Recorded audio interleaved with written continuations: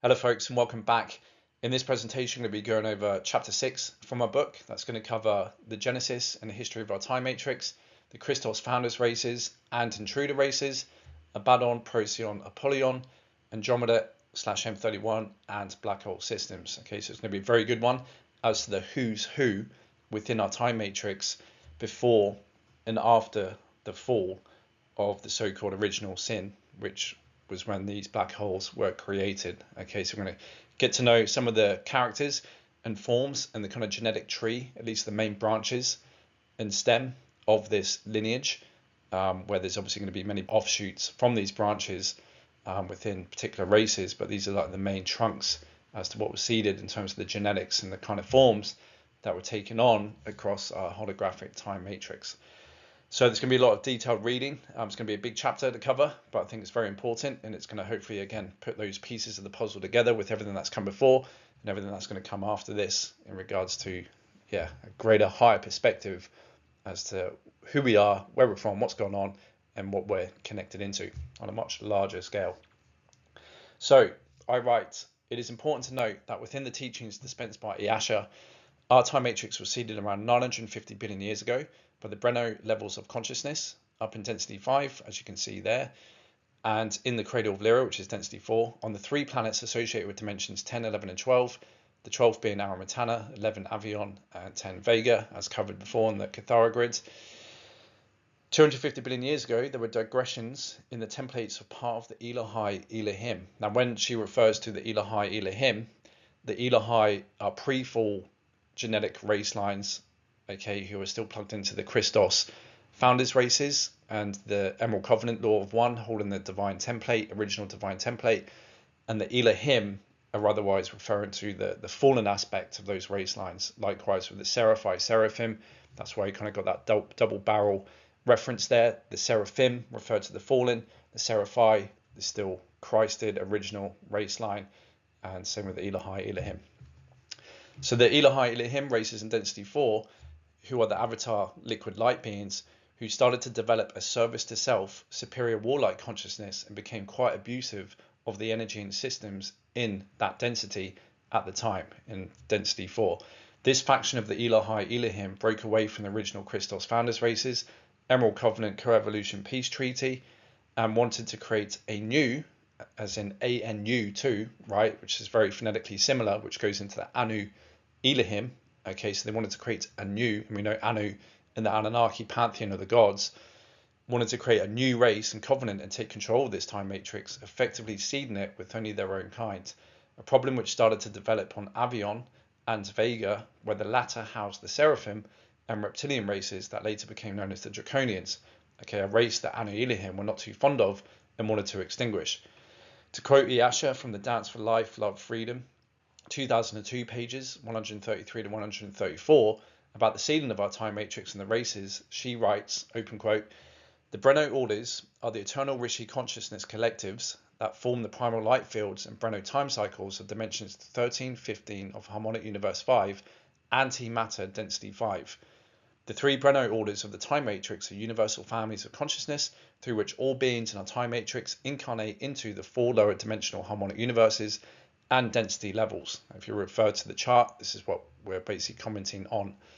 The 24 primary Breno Rishi collectives in the energy matrix that serve as universal guardians and feed individuated consciousness into the time matrices of universal structure are often referred to as the solar lords.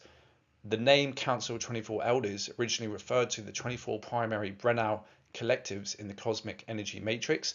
Through the personal morphogenetic field and auric field, every being in every time matrix, including each human, is directly energetically connected to and exists as part of one of the 24 Breno Rishi collectives. The 24 Breno orders represent the universal family of consciousness through which we originally entered manifestation into the light fields of time from the Janus Ascended Masters consciousness collectives in the primal sound fields of the energy matrix. The Breno Rishi work cooperatively to equally assist all life forms in fulfilling their process of evolution to ascension. 3 Rishi have served on the guidance of the Emerald Blue Flame, Grander Janus Ascended Masters collectives from the energy matrix as mediators, guardians, and protectors of the 5 harmonic universes in our 15-dimensional system since the creation of our time matrix. The Emerald Order Breno family created the Elohai Elohim founders race, and the Gold Order Seraphite and Amethyst Order Braha Rama Breno orders in our time matrix. The Elohai Elohim founders race was instrumental in the creation and continued evolution of humans. Its members have served as protectors and guides of human evolution since its creation. The three primary Breno Rishi collectives involved in Earth evolution and evolution of our time matrix are the Elohai Elohim Emerald Order Breno, the Seraphite Seraphim Gold Order Breno, and the Braha Rama Amethyst Order Breno. A fourth Breno family called the Anu Elohim Ruby Order Breno, which was once part of the Elohai Elohim Emerald Order Breno, also seeded life into our time matrix, originally in violation of the Emerald Covenant co-evolution agreement. All Breno Rishi collectives in our time matrix emerge from the Ascended Masters, Janus Melchizedek consciousness collectives in the energy matrix. So you can see how consciousness down steps from kind of unconditioned source, eternal consciousness.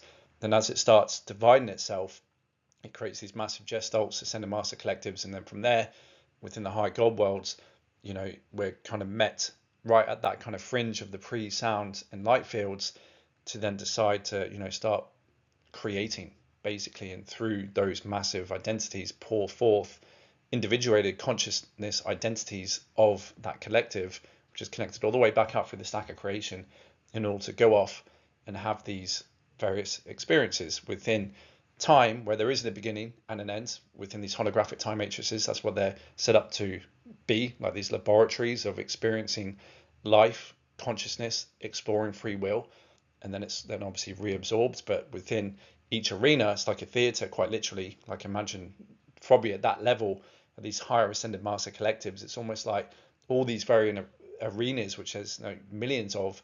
It's kind of like a cinema to them probably going to watch a movie, right? It's what I kind of relate it to, in order to see what's going on within that kind of that arena, that theater that has 4 harmonic universes, and a parallel system as well. All right, so very interesting when you see how it all connects and how it just kind of down steps, like eggs within eggs within eggs, like the Russian doll concept as well. It's a good way of like seeing the analogy. So you can see here in the charts basically what we just explained: Unify, primal source, then into the 3 Trinity, okay, of the energy matrix, then starts to go into more individuated form of consciousness identities, and then from density 5 down into harmonic universe 4, and then from that level they're seeding forth even more kind of conscious conditioned identities within density 3, 2, and 1 down here.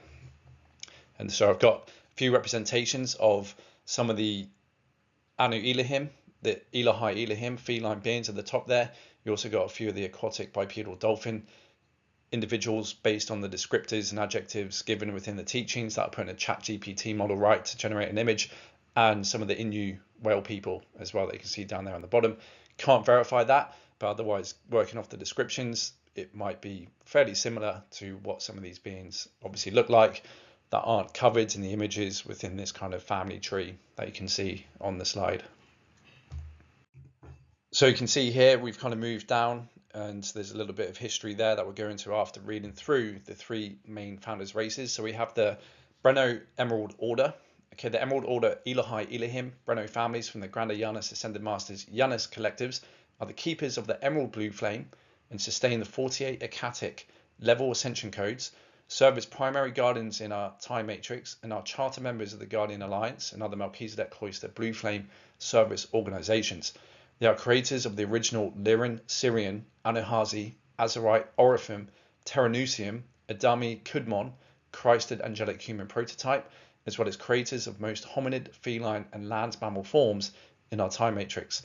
The Elohai Elohim, Brenau, served as arbitrators in the long history of conflict between the Elohai Elohim, human and fallen Anu Elohim, Anunnaki races, seeking to assist all in peaceful co-evolution to ascension, following the natural laws of universal unified field physics and the spiritual law of one.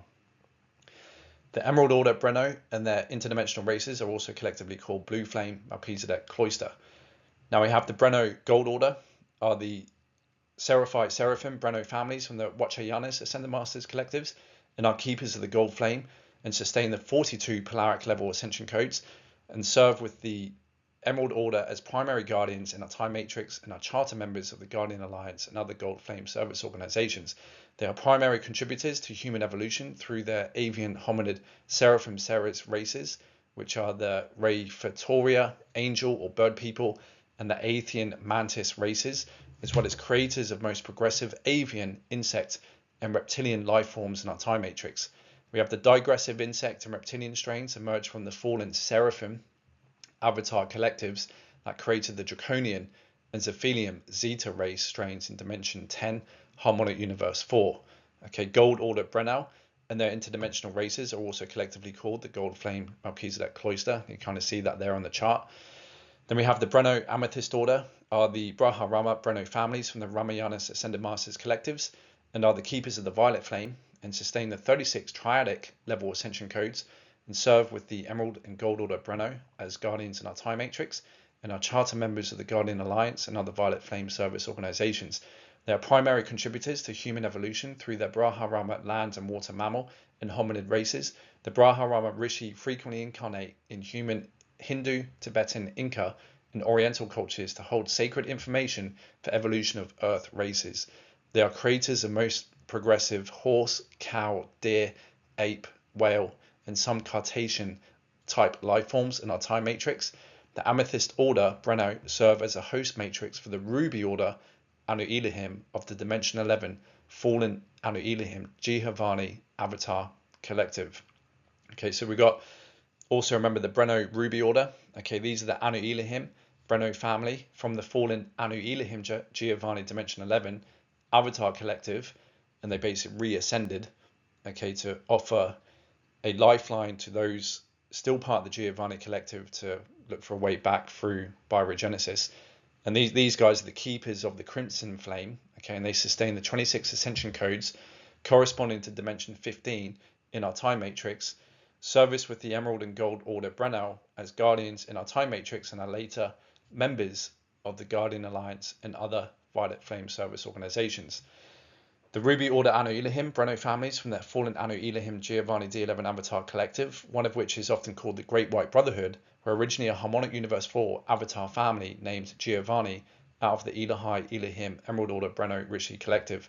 Certain members of the Giovanni Avatar Collective suffered distortion. So it's only certain members, right? It's not all of them, but certain members of the Giovanni Avatar Collective suffered distortion of their ascension codes and resulting extremes of polarity consciousness through which they chose to sever their connection to the Elohai Brennau and Jonas Ascended Masters collectives in favor of Creator God control agendas that abuse the intrinsic rights of life forms in our time matrix, severing their morphogenetic field from that of their original Elohai Elohim Breno Rishi family at the last subharmonic frequency of Dimension 11, caused mutation of the Giovanni Avatar collective genetic potential, reducing their ascension codes to an 11-strand capacity. So the 11-strand DNA template mutation of the Giovanni races and their refusal to regenerate their connection to Source through application of the Law of One has kept the Giovanni collective trapped in time and unable to receive a perpetual energy supply from Source. Separation from the Emerald Order Elohai Breno Rishi family has reduced the original immortal eternal design of the fallen Giovanni Avatar collective to a finite potential that requires continued energy feeding from other life forms in our time matrix. To solve the need of harnessing energy for maintaining their finite morphogenetic field, the Giovanni D11 avatars have attempted to take possession of our time matrix through force and dominion long before the creation of the Terranusian human lineage. So the portion of the Giovanni Avatar collective that digressed into agendas incongruent with the natural law of one became known as the fallen Anu Elohim, and collectively as the creator gods Anu and Jehovah. So the fallen Anu Elohim created the Syrian Anunnaki races as an avenger species with the intention of dominating, energetically feeding on and destroying the Syrian Anuhazi, Ceres, Braha Rama and human race lines that emerged from the Elohai Elohim and Seraphite Seraphim and Braha Rama, Emerald, Gold and Amethyst Order, Breno Rishi lines. So the whole purpose of the Anunnaki race was to literally go after those life forms that were seeded here in order to try and help heal the time matrix. Okay, so members of the fallen Anu Elohim collective are also called Templar Melchizedeks, denoting certain distortions or seals in the DNA and manifestation template.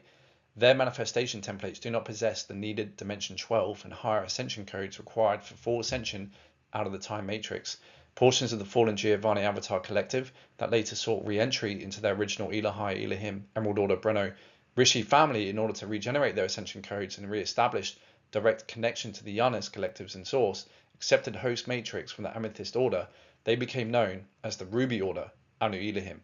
Collectively, the Ruby Order, Anu Elohim of the Amethyst Order host matrix are frequently referred to as Yahweh, Yod He Vav He. So the Yahweh name is quite interesting. The Yahweh name has also been used by still fallen members of the Giovanni Avatar Collective in order to deceive humans into surrendering their life force energies to the fallen Jehovah Collective. You see how convoluted it is? The legitimate Yod He Vav He, Yahweh, Anu Elohim, Avatar Collective re-established the 26 ascension codes of the Dimension 15 in order to receive host matrix from the Amethyst Order Brennau, providing consciousness incarnate through the fallen Anu Elohim lines the opportunity to achieve ascension out of the time matrix. The Ruby Order Anu Elohim now assist the Braha Rama, Amethyst Order, Keepers of the Violet Flame, and the Ramayanas Ascended Masters collectives in re-evolution of fallen Anu Elohim race lines. The Yahweh Anu Elohim family that accomplished ascension into the triadic energy matrix and re-entered our time matrix from the Ramayanas collective to assist Violet Flame Keepers in our time matrix is called the Ruby Order Ophanim Brennau. They usually work cooperatively with the Emerald, Gold, and Amethyst Order Elohi, Seraphi, and Braha Rama collectives, and have worked extensively within the Earth system to assist Earth human Anu genetic lines that have been historically mutated through forced Anunnaki interbreeding with humans. Now it's interesting, those individuals who are predisposed and drawn to the kind of Protestant Bible of the New Testament and the Old Testament certainly are carrying the genetics of the fallen Giovanni collectives, but also pre-fall Giovanni collectives, right? Which then goes into being susceptible to that fallen aspect of the Jehovah, Anu Elohim collectives that, obviously can mislead you down the wrong path if you're working back through that particular path of ascension for you, and what you're drawn towards can, make you slip into that trap of venerating the kind of dogma, philosophies, ideologies of the false Yod He Vav He, Yahweh, Giovanni, Ruby Order, Elohim collective, right? That goes into the Oraphim as well.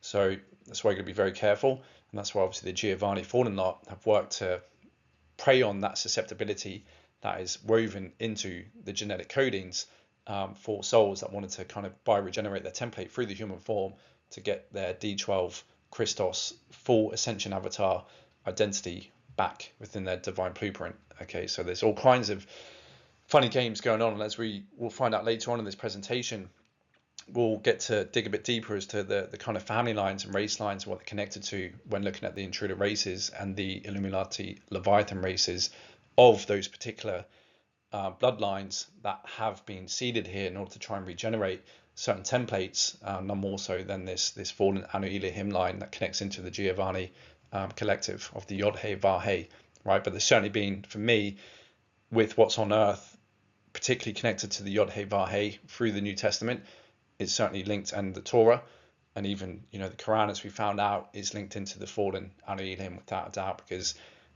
all those creeds and scriptures, if you follow it, it's really not following the true ascension of these teachings based on the cosmogony and everything else that's come before, as well as a lot of the mystery school teachings, particularly with some of the Freemasons, with Manny P. Hall. He's probably the closest thing you'll get to maybe working with the positive side of the Giovanni collective, but there's certainly this kind of patriarchal slant still tied in with that, with the arrogance as well, and seeing people as profane and prosaic and not approaching it with like a higher Christed mind of compassion and love and non-arrogance, right? Which kind of that narcissistic tendency does connect into these fallen angelic lot. So I continue. She says that the 9 DNA strand being born in 7 BC, known as Jeshiwa 9, whose identity became historically interwoven with that of the Emerald Order avatar Jeshua 12 to form the composite Jesus Christ personification, incarnated through the Ruby Order Ophanim Anu Elohim lines of the Templar Melchizedek Essenes. Jeshua 9 initiated a regenesis of the 9-strand DNA template, secondary Holy Grail line Ruby Order human Anunnaki genetic lineage among Earth Templar Melchizedek Anu human populations. Jeshua 12 initiated regenesis of the original 12-strand DNA template, Emerald Order, Adamai, Kudmon, Terranusium, angelic human genetic lineage among human populations. The Ruby Order, Crimson Flame, Anu Elohim, Breno families that remain in observance of the Law of One, such as most of the Great White Brotherhood. It's interesting, when I first came online as well, a lot of the Great White Brotherhood were coming through as well, because I've got definitely carrying some codes that are linked into the Anu Elohim, right, the Giovanni Collective, and especially with the New Testament and the kind of Jesus Christ, I was drawn towards that, predominantly Christian, I guess, compared to, the Torah and the Quran in that sense. So certainly, when you get to know thyself a little bit better and come into this information, you can see where you're maybe being pulled towards in regards to, before coming into this higher awareness, what your gene expression was kind of putting you towards in regards to venerating, right? When it came to like spiritual text. And so the Great White Brotherhood, they continue work. So this is the Anu Elohim Breno families of the Crimson Flame, Orifim lines. Okay, they continue to work to assist in peaceful co-evolution of human and Anunnaki races. Races the Ruby Order assist to evolve include the Anu Melchizedeks, the Nephilim, Pleiad and Belai Kujiam, Terranusiums, Nibirians, and various other Anunnaki human hybrid strains. Throughout human history, the fallen Anu Elohim have misrepresented themselves as true violet flame holders and misused violet flame teachings to enslave and imprison Earth humans, while intentionally eradicating true Breno Order Ascension teachings in order to gain control over Earth's Templar. End quote.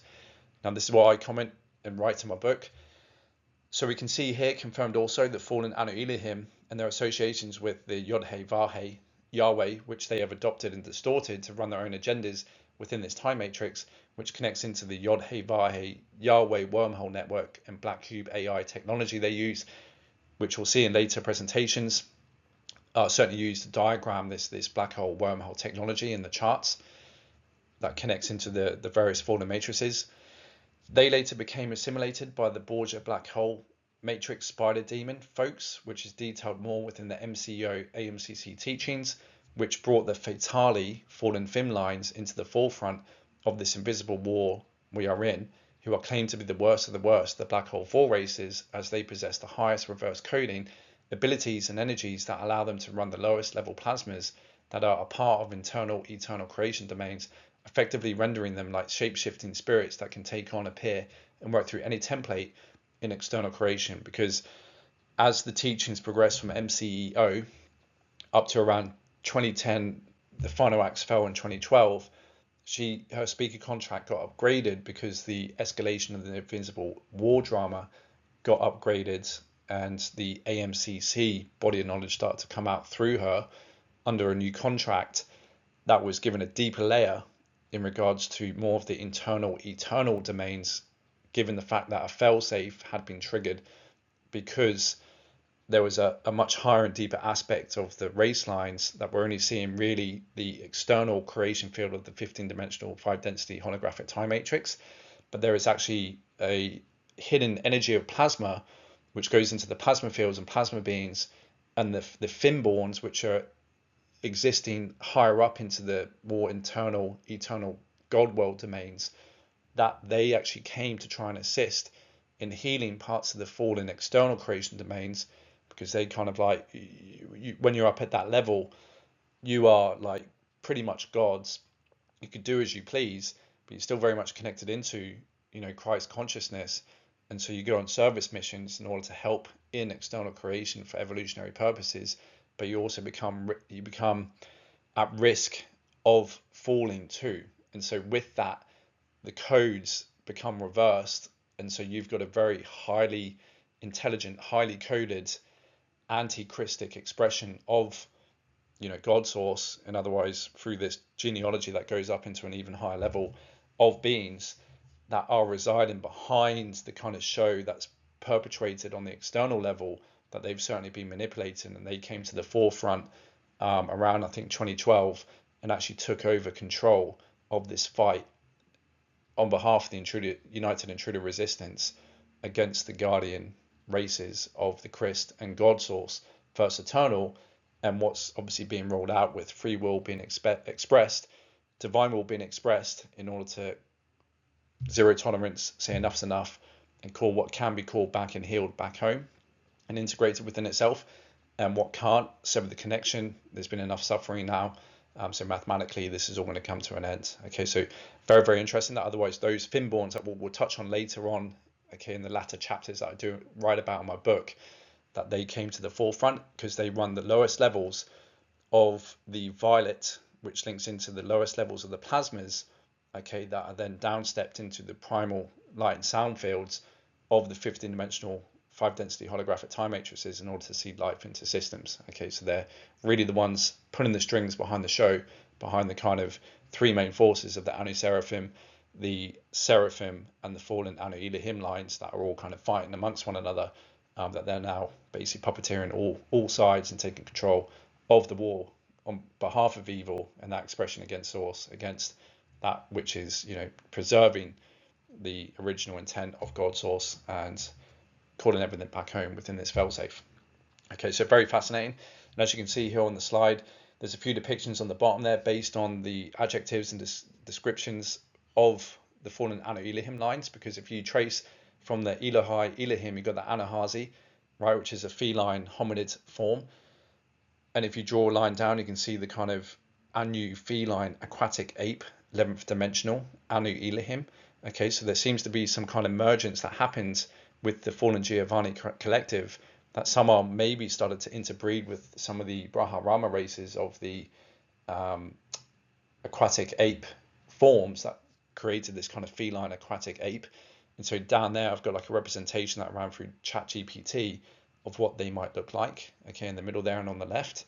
And then we also have, obviously from that, once the founders races created this kind of human hybrid proto-human template of the Orophim, then the Terranusium, then the human angelic form, right, to try and help bring an end to this final conflict drama, several Anunnaki races, which were the Anu Avengers of this fallen Anu Elohim Giovanni collective, and this covers Syrian Anunnaki beings as well as bipedal dolphin beings, okay, and then out of that, obviously there was many interbreeding that was happening with the fallen Seraphim lines, okay, and so we've got a representation down there at the bottom again from ChatGPT is some of these kind of fallen bipedal dolphin Anunnaki beings, right, that were seeded in Harmonic Universe 4. And we also have the fallen Seraphim lines. As you can see the line connecting all the way down from the Blue Avian and the Aethian Mantis. From the Seraphi lines that fell, and out of that we had the Alpha Draconians, Omicron, and Adedicron. And then from there they seeded the Zephelium in Harmonic Universe 3. And then from there in Density 2 the Zeta Greys. And you can see we also have the Dracons, the Reptoids, the Insectoids, and the Dinoids and the Chromaton in Density 3. And the Azraels in Harmonic Universe 2, Density 2.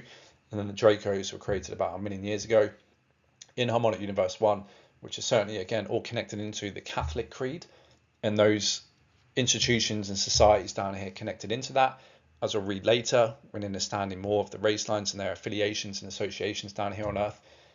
And also a reminder that Anu Elohim side of things, especially with the Giovanni collective, the pure strain Giovanni, Jehovah, Anu Elohim, are connected more into the Protestant slant of the societies and infrastructure and institutions down here as well. And then in between all that, don't forget we have the Anu Seraphim, okay, which aren't really represented here, but they've got all kinds of different splices of genetic expressions from these two main fallen race lines, the Anu Elohim, okay, which has parts of the Braha Rama and Elohai race genetics in there, as well as the Seraphim race genetics, which goes into the avian, the reptile, and the insectoid. Okay, so as we'll go through the fallen kind of Anunnaki, which covers the Anu Seraphim, that there really is a huge branch of different gene expressions and forms.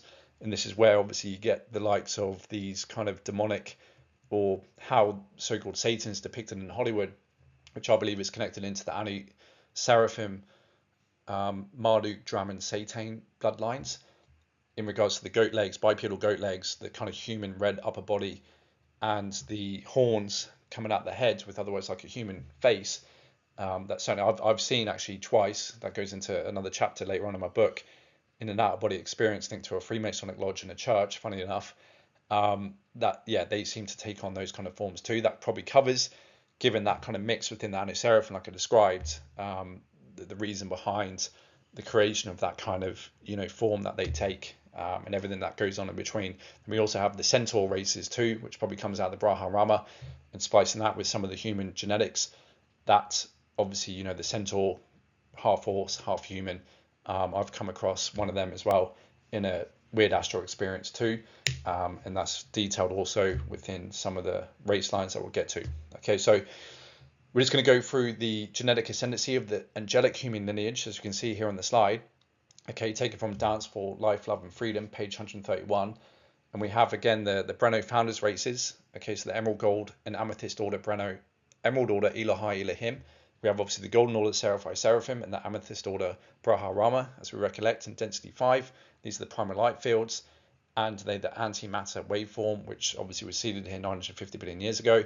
We then have the Anahazi, Elohai Elohim, feline hominid, Emerald order density 4 prematter hydroplasmic field in dimensions 10 to 12, and these are liquid light beings of the Christos race, again seeded in Lyra Amritana 950 billion years ago. Then we have the Azarites 48 strand DNA template angelic hominid, okay, which were the blue skinned feline avian cetacean hominid. Then you have the Anahazi feline hominid Elohai Elohim Emerald order, the Ceres avian hominid Seraphai Seraphim gold order, and the Inu cetacean Braha Rama Amethyst order. So that was seeded 250 billion years ago on all universal Stargate locations right after the original fall. Okay, that happened in regards to when that black hole was created.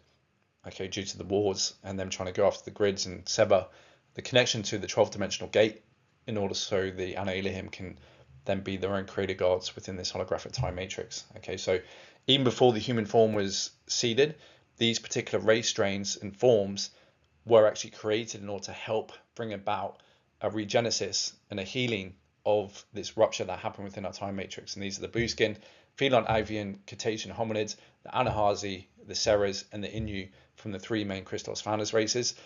Then later, 568 million years ago, okay, which is relatively new if you think compared to the 950 billion years or the 250 billion years since the fall, we had the Orifim 24 to 48 strand DNA template angelic human. So this is when the first human type form were seeded. And these were the Azarites of Sirius B plus the Anahazi of Lyra Aramitana. And they were seeded in densities 2 to 4, dimensions 4 to 12. Okay, so originally we weren't even down here in density 1. We were eternal beings up in density 2. And obviously, yeah, that goes into the pre-matter, etheric matter, and semi-etheric matter form linked to those densities. And we were seeded across Sirius, Procyon, Orion, Mintaka, Gaia, Tara, Alcyone, and Altair. And then 560 million years ago, we had the Terranusian 1, angelic human, which is the 12-strand DNA template. Tara and Maharaji 24 to 48 strand DNA template, blue human Sirius B. I've met one, again, another lucid dream experience. That I believe was connected into Iash's higher self, funny enough. Had the same encryption, her name was Ia as well. Maharaji, Orifim human plus Sirius B Azarite. And again, these were seeded in densities 2 to 3, dimensions 4 to 9.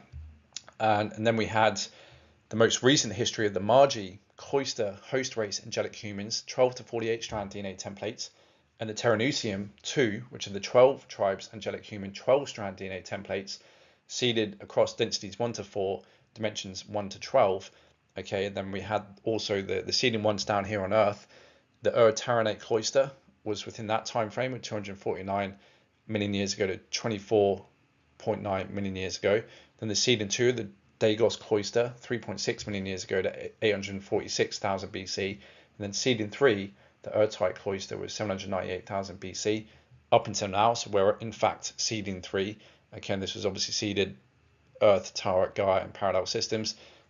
When Earth was created down here with this current solar system, it was basically created as a result of a fallout from, again, wars that happened up in Tara. If you recollect on the Cathara grid, that was dimension 5 in density 2. So it's basically Earth's soul, higher soul identity expression of self, okay, that it's connected into with the gate structure and the Cathara grids. That fell. This happened as a result of wars on Tara. Portions of its morphogenetic field and quanta fell in frequency and then outpitched down here in this Milky Way galaxy as our current solar system. That was all once part of Tara, okay, which is otherwise the star Alcyone, as we see in the Pleiades star system, about 550, 560 million years ago. Okay, so it kind of coincided when that fell, with the need to start creating this human angelic template of the best DNA strands from the 3 Christos founders races in our holographic time matrix to provide this mask and carry the codes for all the gates, right, to be the guardians of the gates, but to kind of bring a close to this invisible war drama that's going on, and to also offer a biogenesis template and form for other fallen souls to come through in order to try and regain, again, that original Christos divine D12 human angelic avatar blueprint. Okay, so it's a fascinating history that I think, so detailed that it really can't be made up. And it's got a resonance behind it that you've got to kind of tune into. And when, like I said, when I've gone through having like first-hand experiences of seeing some of these beings as well, it kind of makes a lot of sense. Again, when you even just logically use deductive reasoning, backwards engineer, and fill it into certain models with what they provide of the cosmoegenies, as compared to, the very woolly and reductionist records that are kept and, dispensed through New Age material, channeled material, and the mystery schools, it certainly makes you want to pay attention, okay, with the level of detail that it certainly cannot be made up. And even she jokes about it, that it's so detailed that she couldn't even make it up if she tried, right? And I kind of concur with that. So we see here out of her book, she's got a few of the representations of the Christic Guardian race lines. It's not all of them, but some of the main ones, juxtaposed some of the fallen race line expressions. Okay, so we have here a Belil Sun Syrian Anunnaki being. We have a Black Sun Dracos Dracon human hybrid. It's interesting, in the top of the painting there, or the photo drawing, you can see a triangle type ship in UFO, which has been a lot of sightings of. That's normally linked with these Dracos Dracon human hybrids, okay, the fallen seraphim lines. We have the Black Suns Aphelion Blues and the Zeta Administrators, okay, Dracon Reptilian strain. Remember, these were density 3, came from the fallen seraphim lines, and then the Zeta are kind of seeded on density 2 by the fallen Zephelium lines, okay, as their little worker bees within the lower harmonic universes. So you've got the Zeta Grey Regalian and the Retilia EBE Zeta Dracos hybrid. Okay, then on the Christic Guardian side, we have the Zionite Gold Order Human Athean Zephelium Fishman hybrid. We've got the Athean Mantis Gold Order. I'm really connected into this Athean. I've got an Athean Guardian, I believe. I'd say I've got more genetic expression towards the Seraphi races, of particularly the eagle avian life forms and the insectoid Athean mantis life form, as I've had twice now direct intervention by an Athean. I've seen, the first time I saw an Athean was an out-of-body experience at the front of my house under the tree where I saw the rare earth Christic gem cave and the portal site that tree was connected into, that later got struck by lightning in this drama that I was involved with, right, that we'll go into later. Then another time was when they intervened due to that, the night before the lightning strike hit the tree to decommission the site. I needed an intervention to help heal what was being done to me. And again, the Athean Mantis being was there. And then quite recently, before going out to Bali for my 3rd visit, I had a praying mantis being pop up on the window in the gym 2 days before I was going to leave to go to Bali, right where I was on the squat rack, right in the gym, just staring at me for the whole hour that I was there. And then whilst I was in Bali one night watching a movie up in Lavina, North Bali, there was this mantis that came right in, praying mantis that flew right in and then just positioned itself right above me on the beam of the ceiling and just, again, staring at me. And I kind of got this message, and I knew this connection already with the experiences I had, that something was going on with the reason why I came out to Bali again. And that night, I was hit with like massive waves of pretty powerful Christic energies that were obviously trying to help seed and ground into Bali's cathedral site, part of the Alhambra cathedral network, so we'll tie into it later. Okay, so it all connects, and it's interesting when you get to know thyself and come across this information. People certainly have more resonance with certain strains compared to others based on the percentage of that genetic expression that you're holding and housing within your DNA. All right, we've all got all kinds of different DNA genetic expressions from various race lines within us, but certain individuals will have more with one race line compared to others, right? And so this is, what you look for, the outpicturings and confirmations in the hologram around you. For me, it seems to happen through synchronicities and obviously direct out-of-body experiences. Others, it's more obvious. You actually get like visitations and they kind of explain to you this is what's going on.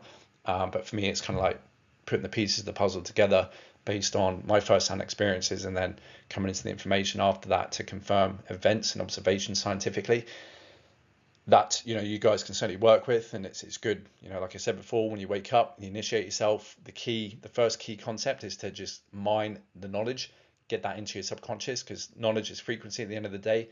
All of these charts and diagrams and information act as frequency to activate your DNA template, so you can come back into switching on that which has otherwise been laid dormant, in order to come back online and start remembering thyself and putting all the pieces back together, right? So yes, it's a fantastic kind of journey of growth and remembering and coming back into what you're connected into before you fell down here voluntarily most of the time, in order to assist in this healing project. And so you have here the kind of Bigfoot types, which is quite interesting, that they call the Quaventelia, Emerald Order, Inner Earth, Ape Human. Okay, most Bigfoot types. Then you also have the Terranusian 1, Azara, Emerald Gold Order, Original Taran, Angelic Human. You have the Anahazi, Elder, Emerald Order, Syrian White, Lyran, Syrian, Elohai, High Council. Then you've got the Arcturian, Drelov, Amethyst, Gold Order, Amphibian, Hominid. You've got the Ranthunkiana, Suhenatunas, Gold Order, Lyran, Crystal People, Procyon, Bird People, Hybrid. Then we have the Human Zionite Hybrid, Emerald Gold Order, Priest of Inner Earth. Then the Zeta Reticuli, Grey, Amera, Emerald Gold Order, Progressive, Bioregenerated, Orion Zeta. So I have here the life fields of creation that plugs into what you see down the bottom right of the diagram is the cosmic Akasha, middle Goldwell corridor. And just to refresh, this otherwise shows our 15-dimensional holographic time matrix along with our parallel. Every system has a parallel, and every system would otherwise have a Vecca system, which is what you would see without the overlay of what you see, the Cathara grids on a 45-degree axis with what's shaded in blue over the top of that, which makes it an Akasha, okay, middle Godwell corridor. And what you see in the middle with the green mini Cathara grid is otherwise known as the inner Eka. Okay, and so one Akasha, so this model where we have two holographic time matrices and they're two primal light and sound fields that are connected to it at 90-degree angles to itself.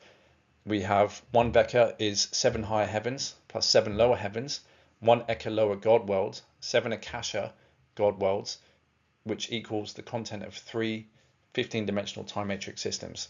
Okay, and so within that, this is where we can start seeing some of these other life forms of what individuals in the mystery schools talk about. So the 7 lower Vecca heavens, we have the Nodus, Tangus, Logos, Atmos, Atomics, which is the dimensional one for recollect. In each density, we have 1, 2, 3 dimensions in order to formulate the 3-dimensional holographic arena that we experience.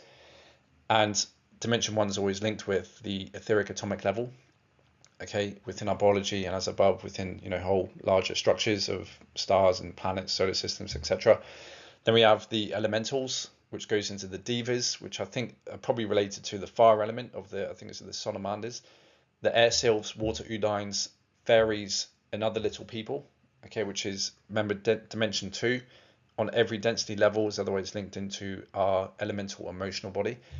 Then we have the subselves, figments, shadows, incarnationals, parallels, adjacents, astrals, wave riders, dead people, ghosts, souls, oversouls, avatars, okay, which is kind of like more linked to the dimensional 3 mental body level. And then we got the avatars, Christ, Gestalt, Christos, Founders Races, Elohai, Elihim, Seraphai, Seraphim, and Braha Rama. So you can see that's kind of explaining up to density 4 of the holographic time matrix. And the way I read it within the diagram you see on the top right with the interwoven Cathara grid, okay, you've got the 7 lower heavens there are expressed with dimensions 1 to 7.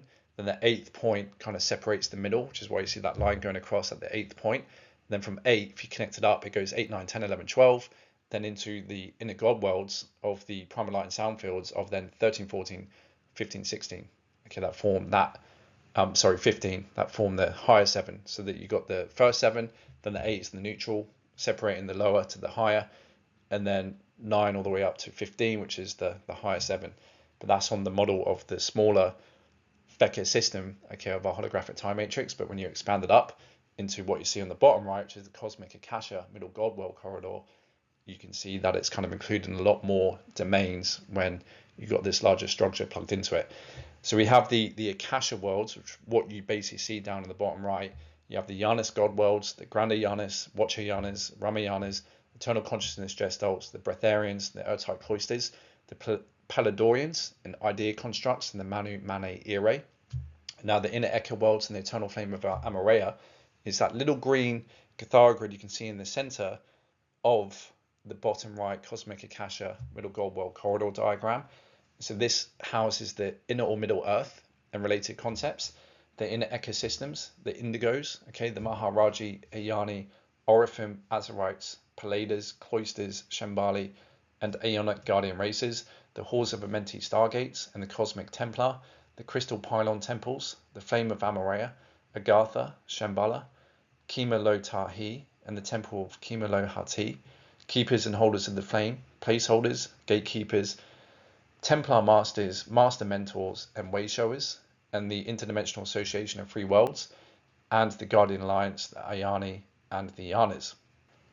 So then we have the Phantom and Black Hole underworld systems. Okay, so we have the Phantom, the Fallen, and the Metafallen, black holes, wormholes, and imploding universes, polarity, survival of the fittest, and the victim-victimizer game, lost souls, fallen souls, oversouls, avatars and entities, false creator gods and the energy vampire and races, Earth's shadow world and the galactic metahuman, the wall and time, Phoenix and Falcon, and the river Styx, Nibiru, Wormwood, and the Weesadex, shadow dancers, fallen ETs, angels, archangels, demons, archdemons, incubi, succubi, parasitics, things, dark, lords, and masters.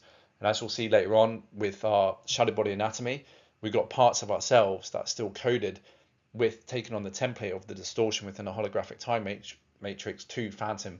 Okay, so oftentimes when we go through the process of dreaming, we can be and are often sucked into these Phantom fallen reality zones where we experience a lot of these like weird places that isn't normal, that's otherwise sucking us into actually having an experience in some of these fallen domains where you might encounter some of these entities that I've certainly encountered succubi during the whole pretty much 9 months of 2021, as I'll go into later, draining me of my seed and energy.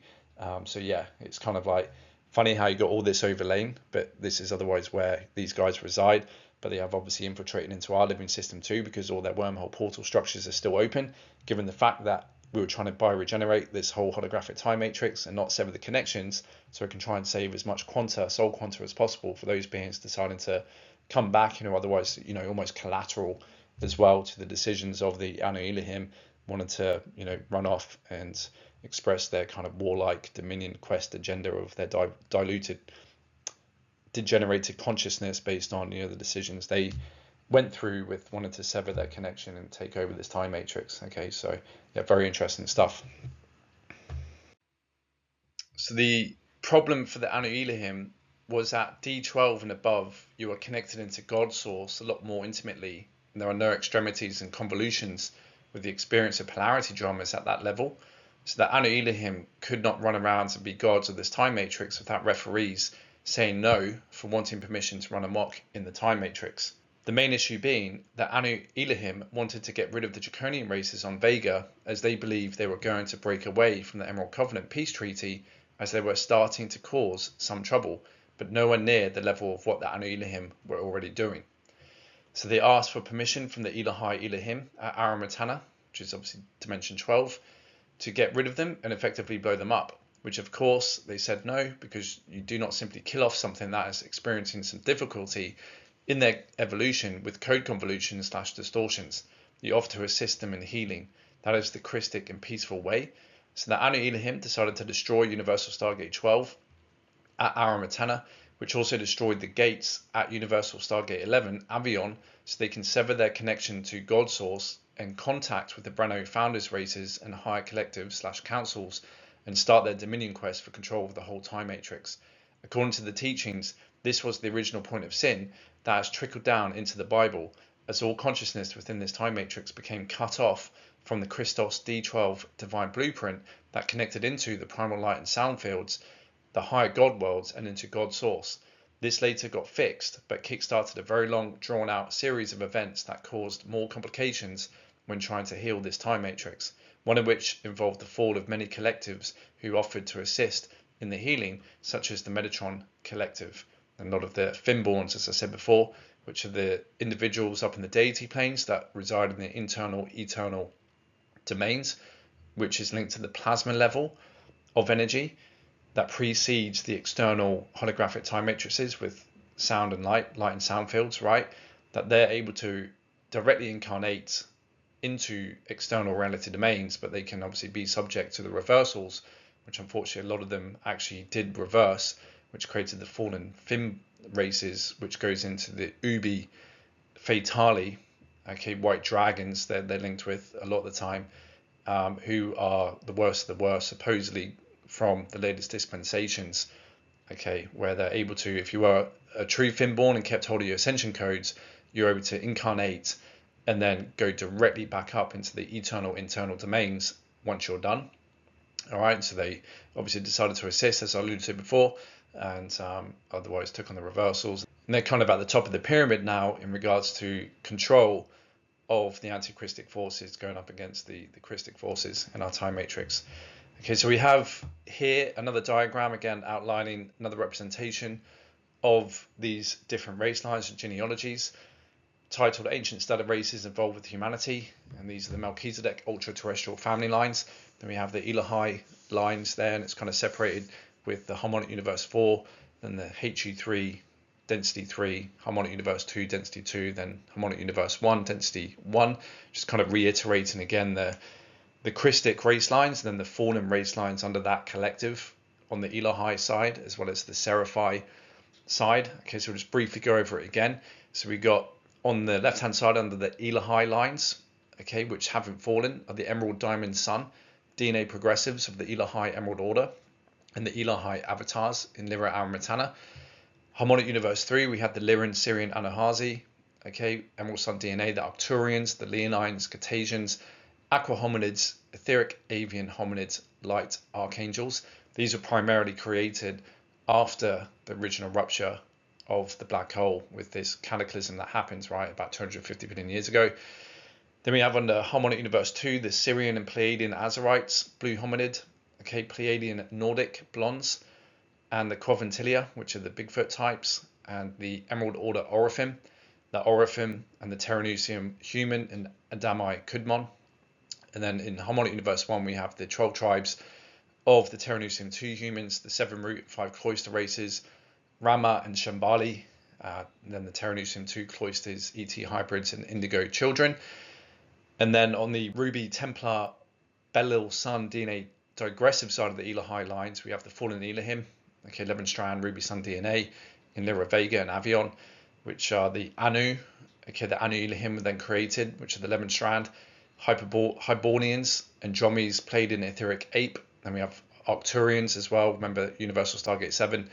These guys on the Phantom side have control and have interfaced with the Universal Stargate 7 in Arcturus on the living side of the Matrix with their Phantom version of Arcturus 2 in the Phantom Matrix, where you have the Draco Anunnaki, 10-strand Belil Sun DNA, Nordic Anunnaki, 9-strand Ruby Sun DNA, and various other forms.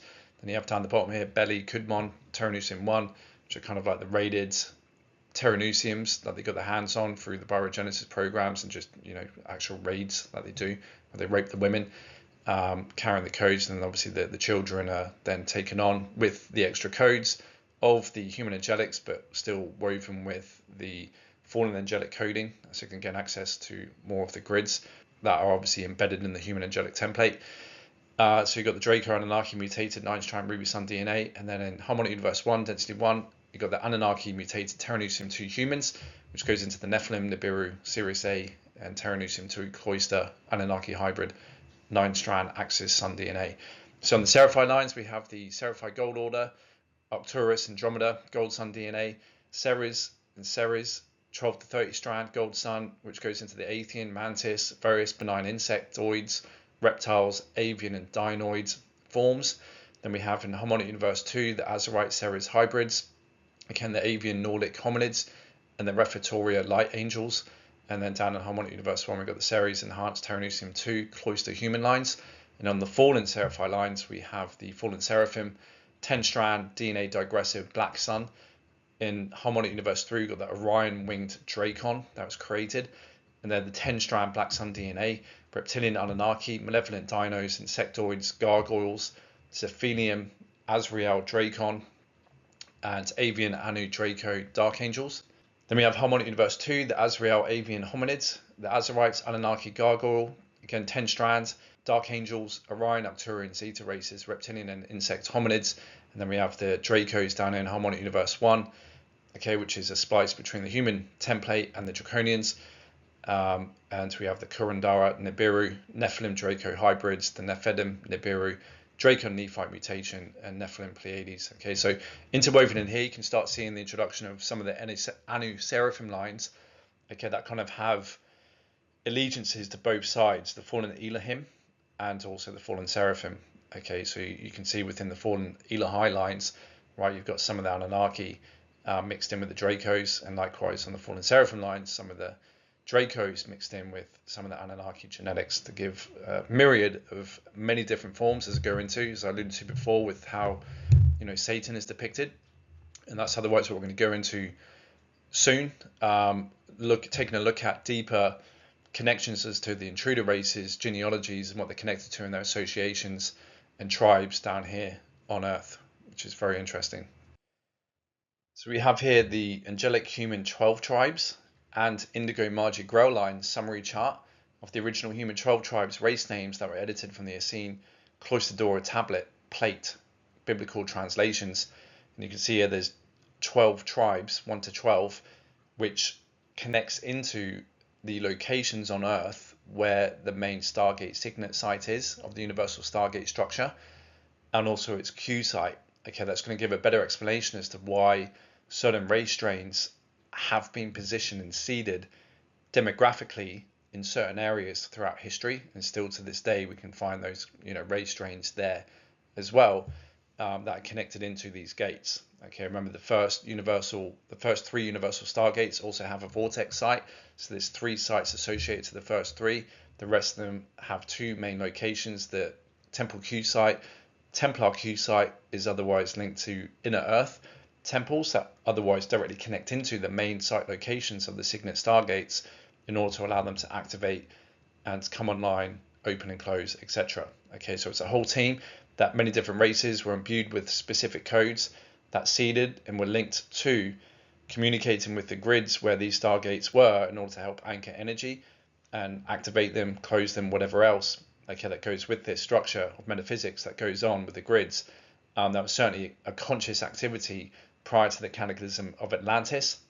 Not so much nowadays. There's obviously a few more waking up, coming back online, and are conscious of this and actively helping to, you know, run the security codes and clearances with the gate system on Earth. And there's plenty more that otherwise doing this on a subconscious level and aren't really aware of it, but otherwise are being moved by the higher selves in order to help assist in this kind of mission that goes on. Okay, so it's truly fascinating in getting to know and seeing again this extra layer as to why certain groups of people are positioned at certain locations, because they're all connected through the genetics and coding with the gates that are located there. Okay, as part of this metaphysical universal gate structure. So we have tribe 1, which is the Isu 2 Ishu, okay, and the Stargate link to that is obviously Stargate 1, and that is in Arizona. Or sorry, that is actually the vortex site of that is in Arizona. Then that is linked to the Native Americans. The Q site of that is in Cyprus Island in the Mediterranean Sea, Australia, Turkey, and Greece. And we have the Stargate location for that is Antarctica, as you can see on the diagram on the right, just to, you know, cross-examine to confirm where these sites actually are and linked with in regards to each Stargate. Then we have the Margie Indigo Grail lines. Remember, these guys have a greater than 12 up to 48 strand capacity within their template that can be activated, as compared to just a normal human angelic D12 template. Okay, and these are the original blue and green-eyed Australian Aborigine, often red-haired. And we have tribe 2, which are the Ma'aha Lebrua, and they're located in Florida. Seminole Native Americans, Sarasota, Florida, and Brunel black and brown skinned Haitian Bimini Island races. We have Easter Island Q Site 2, which are linked to the Muava Haravi and Jerusalem, Israel Vortex 2 Hebrew races, and the Margie Indigo Grail lines seeded in these areas, and the Mu'a of Lemuria, Hawaii, Easter Islands, and southwestern Native American descendant tribes, the original Hebrew cloister, Melchizedek cloister hybrid, and races of Jerusalem and Jordan.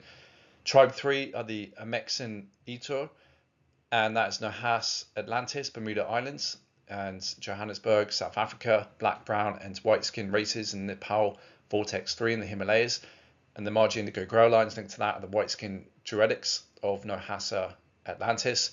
Tribe 4 are the Nuagu Hali, and that is in Giza, Egypt, Stargate 4, and Sumerian and that is located, Q site is in Mexico and Central America, with the indigo grow lines being the Ceres Egyptians, original pre-Anunnaki, Maya, Toltec, and Mexicali Indians.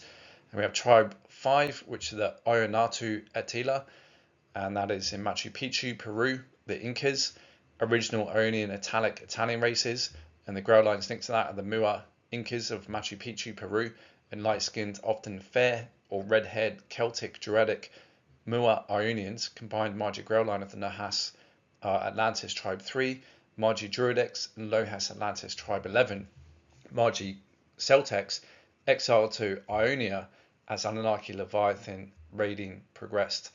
And 6 is the Ramyana Shidvita, and that is Russia, Caucasus Mountains, and Scandinavian white-skinned, blonde-haired races, brown-skinned Rama races of India, Thar Desert, Q Site 6, as you can see there, Moscow, Stargate 6, and then Q Site is Thar Desert in India.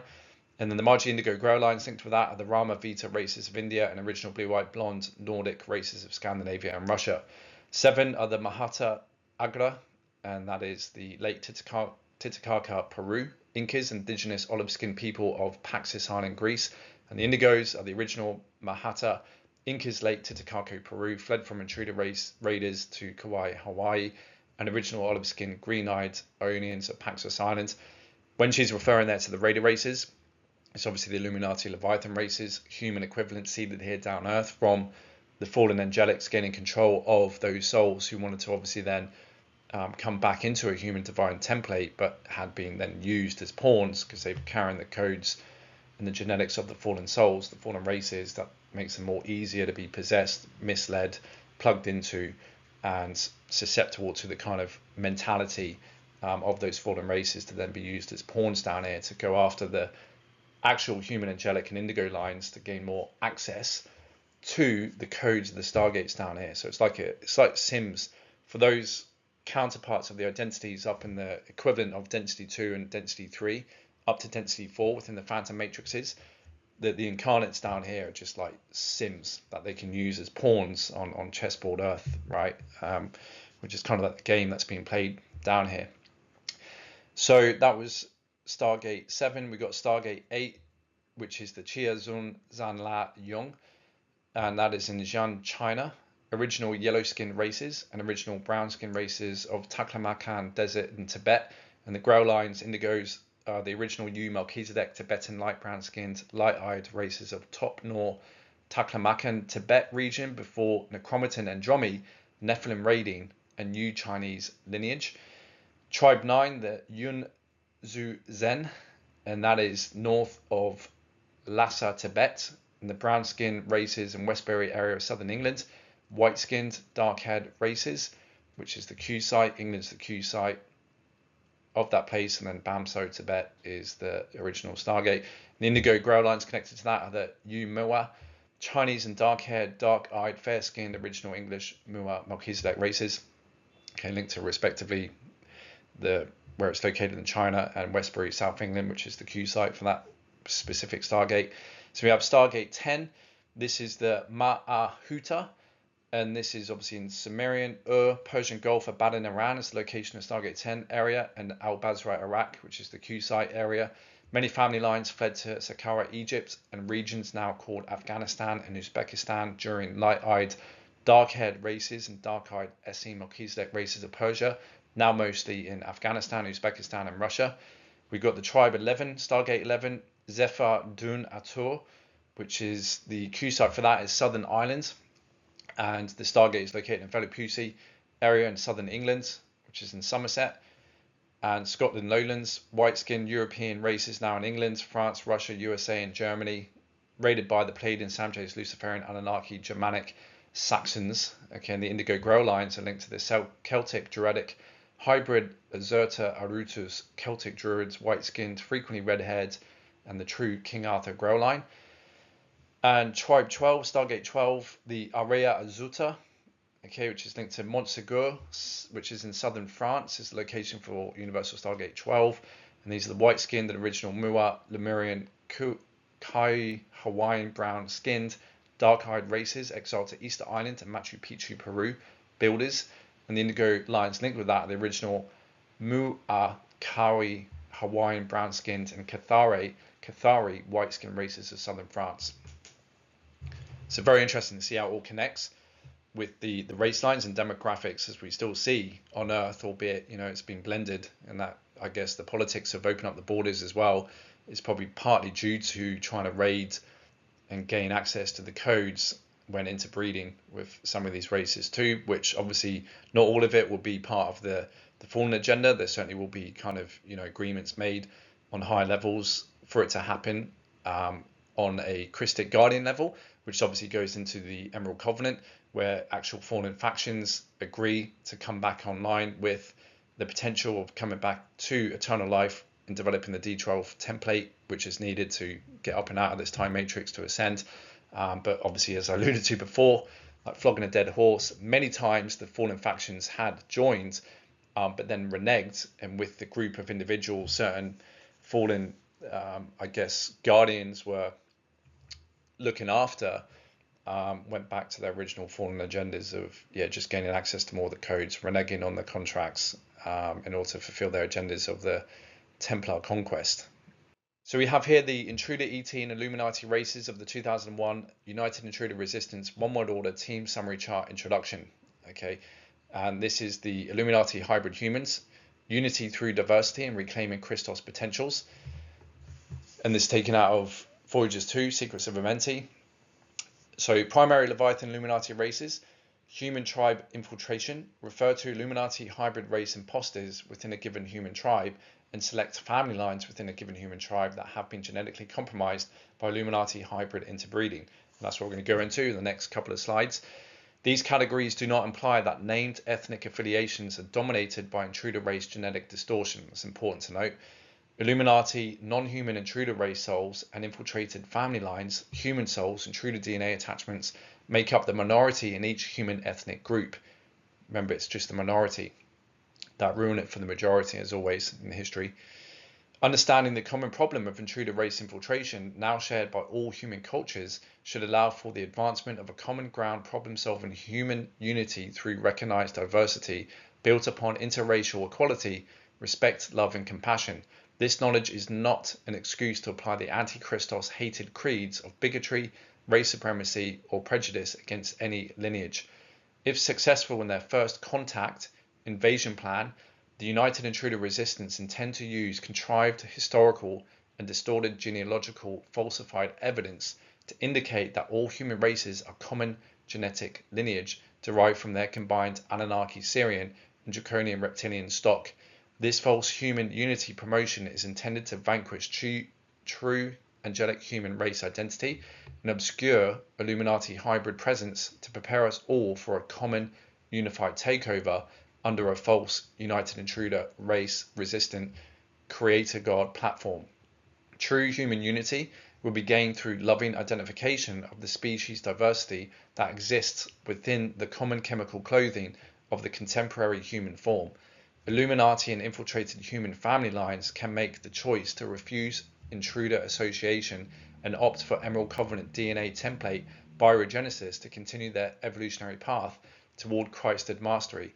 If they are aware of the evolutionary challenges and required solutions posed by intruder race genetic connection. So true human unity will be gained through loving identification of the species diversity that exists within the common chemical clothing of the contemporary human form. Illuminati and infiltrated human family lines can make the choice to refuse intruder association and opt for Emerald Covenant DNA template biogenesis to continue their evolutionary path toward Christed mastery if they are aware of the evolutionary challenges and required solutions posed by intruder race genetic connection. Angelic, human, and indigo, Illuminati, and infiltrated races can all evolve to genuine Christed race status and freedom. Due to inherent genetic and core template differences, each group requires a different evolutionary path by which the DNA template, bioenergetic field, and consciousness template can reclaim the base 12, D12 pre-matter divine blueprint template coding required to attain genuine biologically based Christed avatar consciousness, minimum 12-strand DNA template potential. If the diversity within the illusion of the common human genome is not recognized, all races will remain trapped within the present state of common race de-evolution, through which the Christaic genetic potentials within each diversified race will become lost in progressive degeneration to race extinction. Most human beings of Illuminati and infiltrated human race descent have no consciousness, knowledge of their connection to fallen angelic intruder ET races, nor are they aware that their genetic signature predisposes them to intruder manipulation. This physical/emotional, mental, spiritual vulnerability to intruder manipulation can be overcome if the individual comprehends the importance of utilizing genuine founder inner Christos spiritual science teachings and technologies. Inner Christos D12 divine blueprint sciences and Maharic bioregenesis technologies are the only methods by which regeneration of the DNA strand template 12, personal D12 pre-matter divine blueprint, can occur to restore the individual's direct connection to its D12 Christos avatar identity. The founder's bio-spiritual technologies allow the original connection to the primal light and sound fields to be restored via reactivation of the 9-dimensional Atakarana Kundalini cord and 12-dimensional Maharata cord primal life force currents. Genetically vulnerable humans and Illuminati hybrids are loved by God's source just as much as any other race and can regain their freedom, free will, biospiritual integrity, and genuine Christos potential through entering a chosen path of conscious evolution built upon the genuine founder's inner Christos spiritual science teachings. Illuminati and infiltrated races are victims to intruder exploitation, just as are angelic human and indigo race lines. Like numerous fallen angelic races, Illuminati human hybrid races can evolve beyond exploiting abusive behaviors. They need love. Tough love usually works better than soft love, which fallen races tend to exploit. Healing and inner Christos spiritual education, not judgment, condemnation, and destruction, to reset and develop the Christos potentials within themselves. So here we're going to read through the Intruder ET and Illuminati races of the 2001 United Intruder Resistance One World Order Team Summary Chart. Okay, and we have first the Phantom Matrix Andromeda and Centaur Intruder races. So we have the Necromaton Andromi, which are a fallen Anu Seraphim hybrid Andromeda. Phantom Andromeda planets, Alpha Omega Centauri Inner Earth, this is where these are found. The aping systems connected into this force are the White Eagle, hijacked Guardian Alliance Golden Eagle aping, the Falcon and Phoenix wormholes, which are located in the Bermuda Triangle. Primary races are the Raelian, Elohim, Necromaton, Andromi, insectoid beetle people, the Jehovian Anunnaki Andromi, human Nephilim, dark-haired aquatic humanoid, the Anu Melchizedek Amalian Nephilim, the Hibernian Jehovian Nephilim, the Men in Black human insectoid hybrid Earth/Inner Earth, Marduk Luciferian Andromi Anunnaki insect hominid hybrid, the Omicron Draconian Andromi vampire serpent dino humanoid hybrid, the Norse redhead humans, Omicron Draconian Necromaton Andromi Pleiadian human hybrid, the Phantom Lyra Vega Pleiades Alnitak Orion Necromaton Black League, the Adelphi Blue Zeta, the Necromaton Andromi Zeta Regalian hybrid, and the Phantom Alpharats Andromeda. And their core agendas are the Andromi Draconian Orion Confederation, Andromi Anunnaki Luciferian Pleiadian Iberian Coalition, Andromi Anunnaki Jehovian, United Federation of Planets, Andromi Centaurian, Alpha Omega Order, Andromi Supremacists, Orion Necromaton Black League, and the primary Leviathan and Illuminati races seeded down here are the Telzan King Atlantean Leviathan Illuminati lines, the Asian Scarab and Sadducees Semitic Dragon Kings Leviathan Illuminati lines. We have the human tribe infiltration of the Mongolian, China, Japan, Tibet, Brazil, Chile, Turkey, Anasazi, Native American, Hebrew, and the associations are with the Buddhic, Tibetan, Eastern, Christian spiritual text distortions, the Necromancy, Luciferian Satanic Bible, Luciferian Egyptian, Tibetan, Mayan mystical teachings, Alpha Omega Templar Melchizedeks, Lord Melchizedek, Archangel Michael, Angelic Hierarchy, Cryon, Cortium, Nephilim, Anunnaki, and Andromi hybrids, false Sananda Jesus contacts, fallen Varagi, false Ascended Masters, Thor Society, Andromi ET contact and channeling, friendly enemy allies through the Marduk Luciferian, Marduk, Dramin, Omicron, Anunnaki, Jehovian, Anunnaki, Nephite, Nephilim collectives began their United Intruder Resistance 2000 War Edict, okay, and they're the United Intruder Resistance head, apparently. However, that has changed ever since the escalation of the war drama and the upgrade of our contract, which revealed deeper levels of what this fall is connected into with the Fatali, who supposedly are in control based on the latest dispensations. Okay, so they're kind of fronting and controlling all of these fallen intruder ET, United Intruder Resistance races. And there's many, as you can see, even within the Necromatin and Dromi. You can have to probably read over this like 10 or 12 times to get a real understanding as to the who's who and what kind of forms they take on. A lot of them can masquerade in human form and shapeshift, so that doesn't help. But yeah, there's a lot of various forms within the fallen races, as we know, but these are the main ones, right? So very interesting, very detailed, hard to be ignored. Then we have the Centaur Luciferians and Blue Centaurs. This is quite interesting because I've actually come across a Centaur before in a lucid dream experience. And yeah, so they do exist as well, which is quite interesting. These are the fallen Anu Seraphim hybrid Omega Centauri, Phantom Alpha and Omega Centauri. Apin systems are connected into the Ox, which is the hijacked Maharaji Blue Ox and Apin. Primary races, the Blue Centaurs, Phantom Omega Centauri, the Centaur Luciferian Hominid Centaurs, Marduk Luciferian Anunnaki Centaur Hybrid, Phantom Alpha Centaur, Phantom Sirius B, Core Agenda, the Centaurian, Necromatin and Dromi, Centaurian Nation and Alpha Omega Order, Primary Leviathan and Illuminati races, again connected into the Tausen King, Andromi Anunnaki Atalan King Hybrid, the Bud Rama King, Fallen Rama Anunnaki and Dromi Hybrid, Atlantean Leviathan Illuminati lines. Human tribe infiltration in India, Middle East, Pakistan, Turkey, the Stans, various islands, and associations with the Hindu, Sanskrit, Islamic text distortions, various shamanic, pagan, Druid, and Wiccan tradition distortions. Work with the Andromi Necromaton above, some with the rebel Omicron Draconians, and they joined the United Intruder Resistance in 2000 with the Andromes. Then we have the Phantom Matrix Zeta Intruder races. Okay, so you have here the Zeta Regalian, Zeta Reticuli Zephelium, and these are the fallen Seraphim Lyra Vega Apaxian Lao, Phantom Regal Orion, Zeta Reticuli, Bellatrix, Nibiru, Andromeda, Phantom Earth, and various other locations. Primary races, all Zeta emerge from the Zephelium, which are tall, bipedal, blue-skinned, insectoid, reptilian, serpent seed race. Many strains. There's that Azazel again, Azazel, the blue human reptile, Omicron Zephelium hybrid, Bellatrix, which obviously, if you recollect in my first chapter, I think it was, or third chapter, with the Luciferian Aleister Crowley Jr.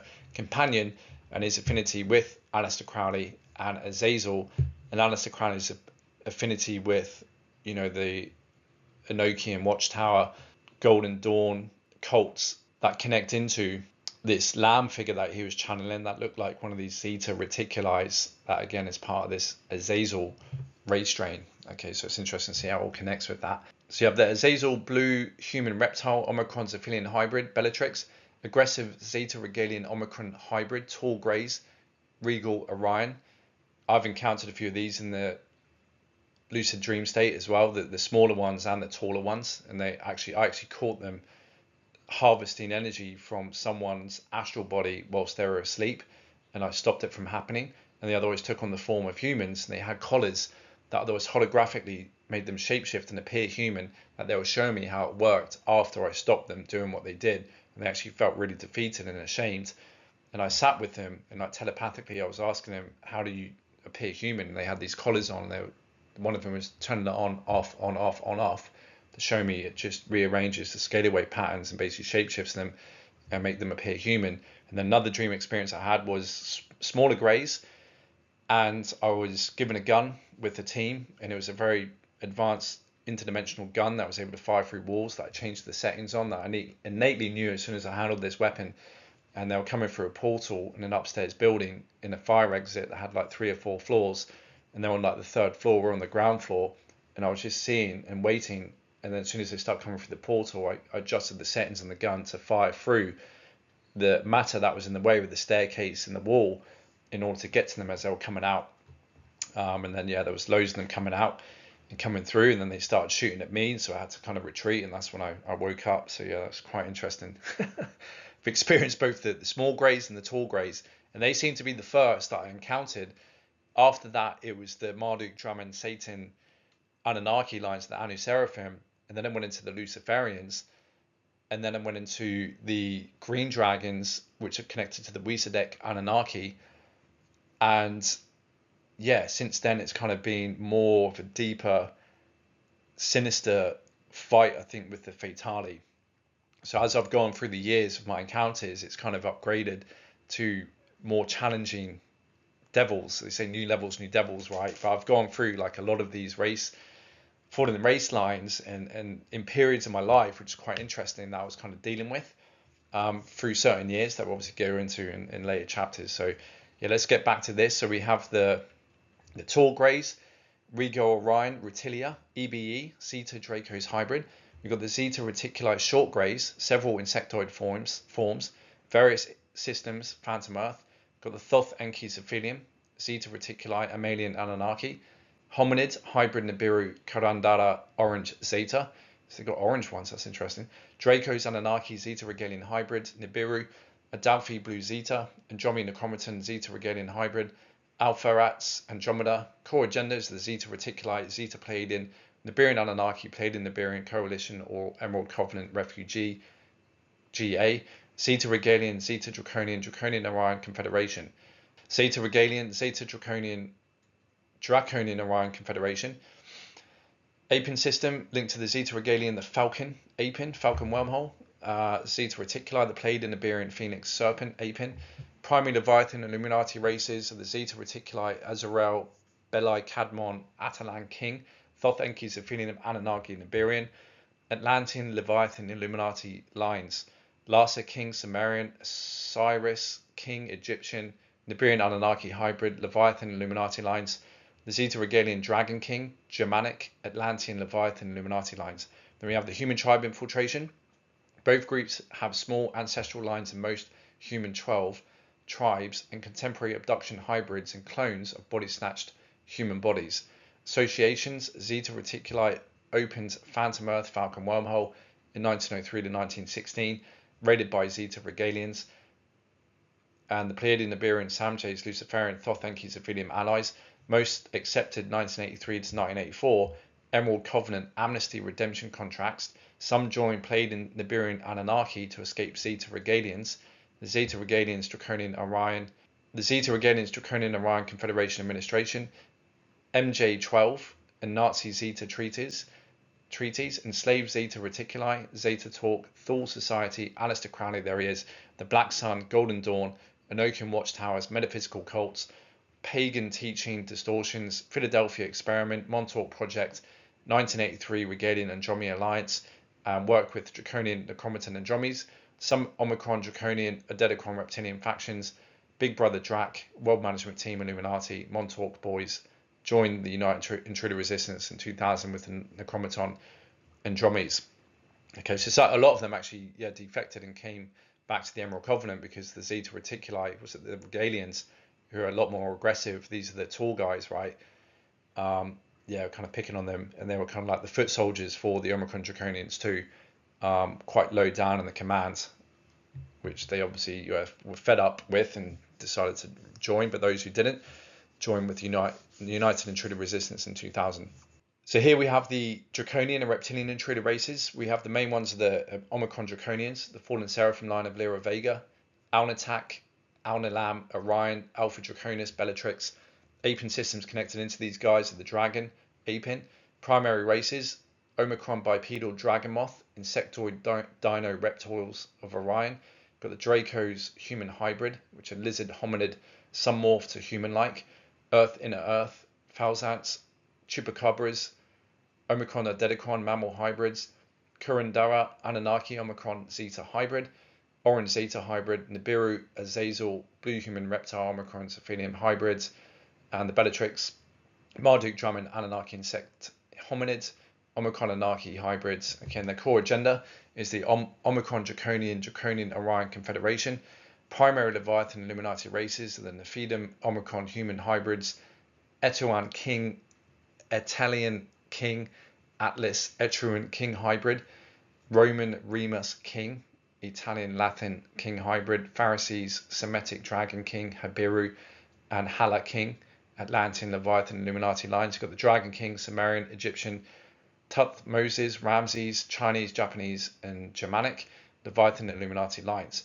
Human tribe infiltration happened in the Middle East, Persian, the Hibiru, Hebrew, Akkadian, Taliban, Samaria, Ionian, Etruscan and Roman, German, Russian, Anglo-Saxon, Asia, China, African, Aztecs, Incas, Native American, and their associations are linked to the Knights of Malta, Catholic Templar Knights, Roman Mafia, Scots MacDonald Raider lines, Nazi creeds, Black Sun, mystical schools, Karandara, Dramin, Dragon Queen, Shamanism, Native American, Peru, Africa, Haitian, African Voodoo, Roman Catholic control creeds, Toltec, Aztec, Inca, Islamic, Wiccan, Pagan, Reiki text distortions, false GA claims, Omicron group, Zeta Regalian, some Dedicon Reptilian, Marduk, Dramin, Anunnaki allies.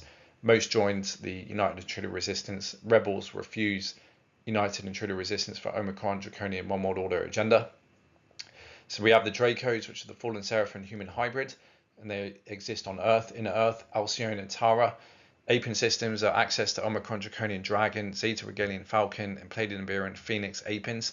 Primary races, hominid reptile created 1 million years ago on Earth via Omicron, Draconian forced human interbreeding. Core agenda is the Reptilian, Draconian Orion Confederation. Primary Illuminati lines, the human lizard shapeshifters, Nephilim, Dracos, hybrids of Earth and Inner Earth, and the tribe infiltrations happen in North, South American, Brazilian, African, various island tribal cultures, Middle Eastern, Egyptian, South Midwestern, USA, Cuba, Australia, England, Spain, Portugal, and they're associated again with the various shamanic tradition distortions, promote false environmental causes, Drac technologies, ET contact demos, utilize astral projection to initiate astral body sex with humans for default astral body biofield DNA template implanting, use sound tones for default chakra 4 astral cording, biofield tagging in unsuspecting humans via public events, work with the Zeta Regalian, Omicron, Draconian, Odedicron, Reptilian, United Intruder groups, Nibirian, Kurandara, Dracos, Anunnaki hybrids, and Marduk, Dramin, Anunnaki, Omicron, Anunnaki hybrids, and most of them joined the United Intruder Resistance with the Zeta Regalians, but some refused for the rebel Omicron Draconians. Then we have the Odedicron Reptilians. Okay, these are the fallen seraphim lines of Lyra Vega, and they're found in Adonam, Orion, Lyra Vega, Inner Earth. The Apin system connected to that is the Falcon. Primary races are Odedicron, Avian, Reptile, Gargoyle, Winged Reptile Hominid hybrids, Enlil, Odedicron, Amalian, Anunnaki hybrid Nibiru, Belli Kujium, Odedicron, Anunnaki, Terranusium human hybrids of Alcyone and Tara. Core agenda is the Reptilian, Draconian, Draconian Orion Confederation or Reptilian, Anunnaki, Pleiadian, Nibirian coalition. And the primary Leviathan Illuminati races are the Nephilim, Odedicron human hybrids, Earth of Earth and Inner Earth, Lathan King, Atlantean, Greek and Akkadian King Illuminati line, Roman Romulus King, and the Illuminati Atlas King, Sumerian Egyptian Horus King, Enlil Odedicron Anunnaki hybrid, Leviathan Illuminati line. Egypt, Central America, Native American, Mexico, Hawaii, Polynesian Islands, South America, South Africa, Ionia, England, Germany.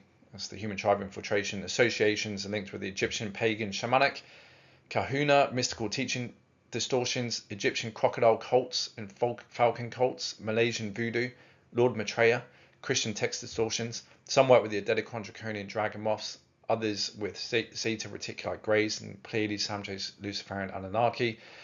Most join the resistance. A few factions join Rebel Omicron Draconian, several factions in Emerald Covenant redemption contracts.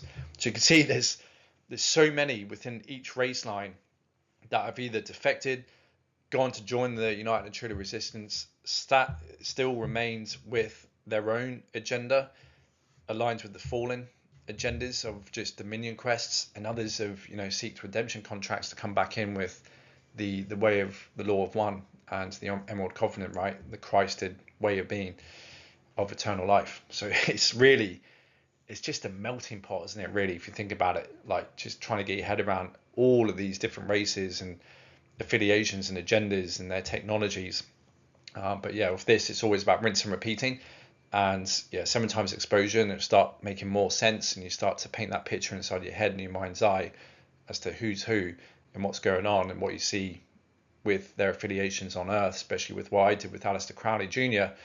and Aleister Crowley themselves, and how it's linked into, the Enochian Watchtowers, Black Sun, Golden Dawn, physical, metaphysical occult texts and movements, and Lamb, Zeta Reticuli, Grey Alien. So you start putting the pieces together, which this body of knowledge certainly helps in order to dissect the mysteries and what's happening on Earth and what's going on throughout history and things that you might encounter with dream experiences and on Earth experiences too.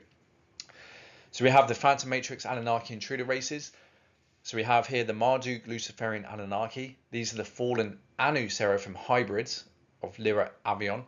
These are Phantom Alpha, Omega Centauri, Nibiru, Tiamat, where they're located.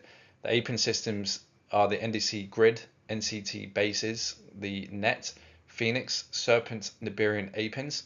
Primary races are the Vicorites, Insectoid, Serpent, Hominid, Thoth, Enki, Lulatin family, Amalian, Anunnaki / Marduk, Satan family, Amalian, Anunnaki / Necromaton and Dromi hybrid, and Vicor, light-haired humanoid, Pleiadian, Amalian, Anunnaki, Vicorites hybrid of Nibiru, Tiamat, Alpha Centauri, and Centaur, Luciferian, Hominid Centaur hybrids, again of Alpha Centaur. Then the core agenda is the Luciferian, Anunnaki, Pleiadian, Nibirian coalition, Andor, Necromaton, and Dromi, Orion, Necromaton, Black League.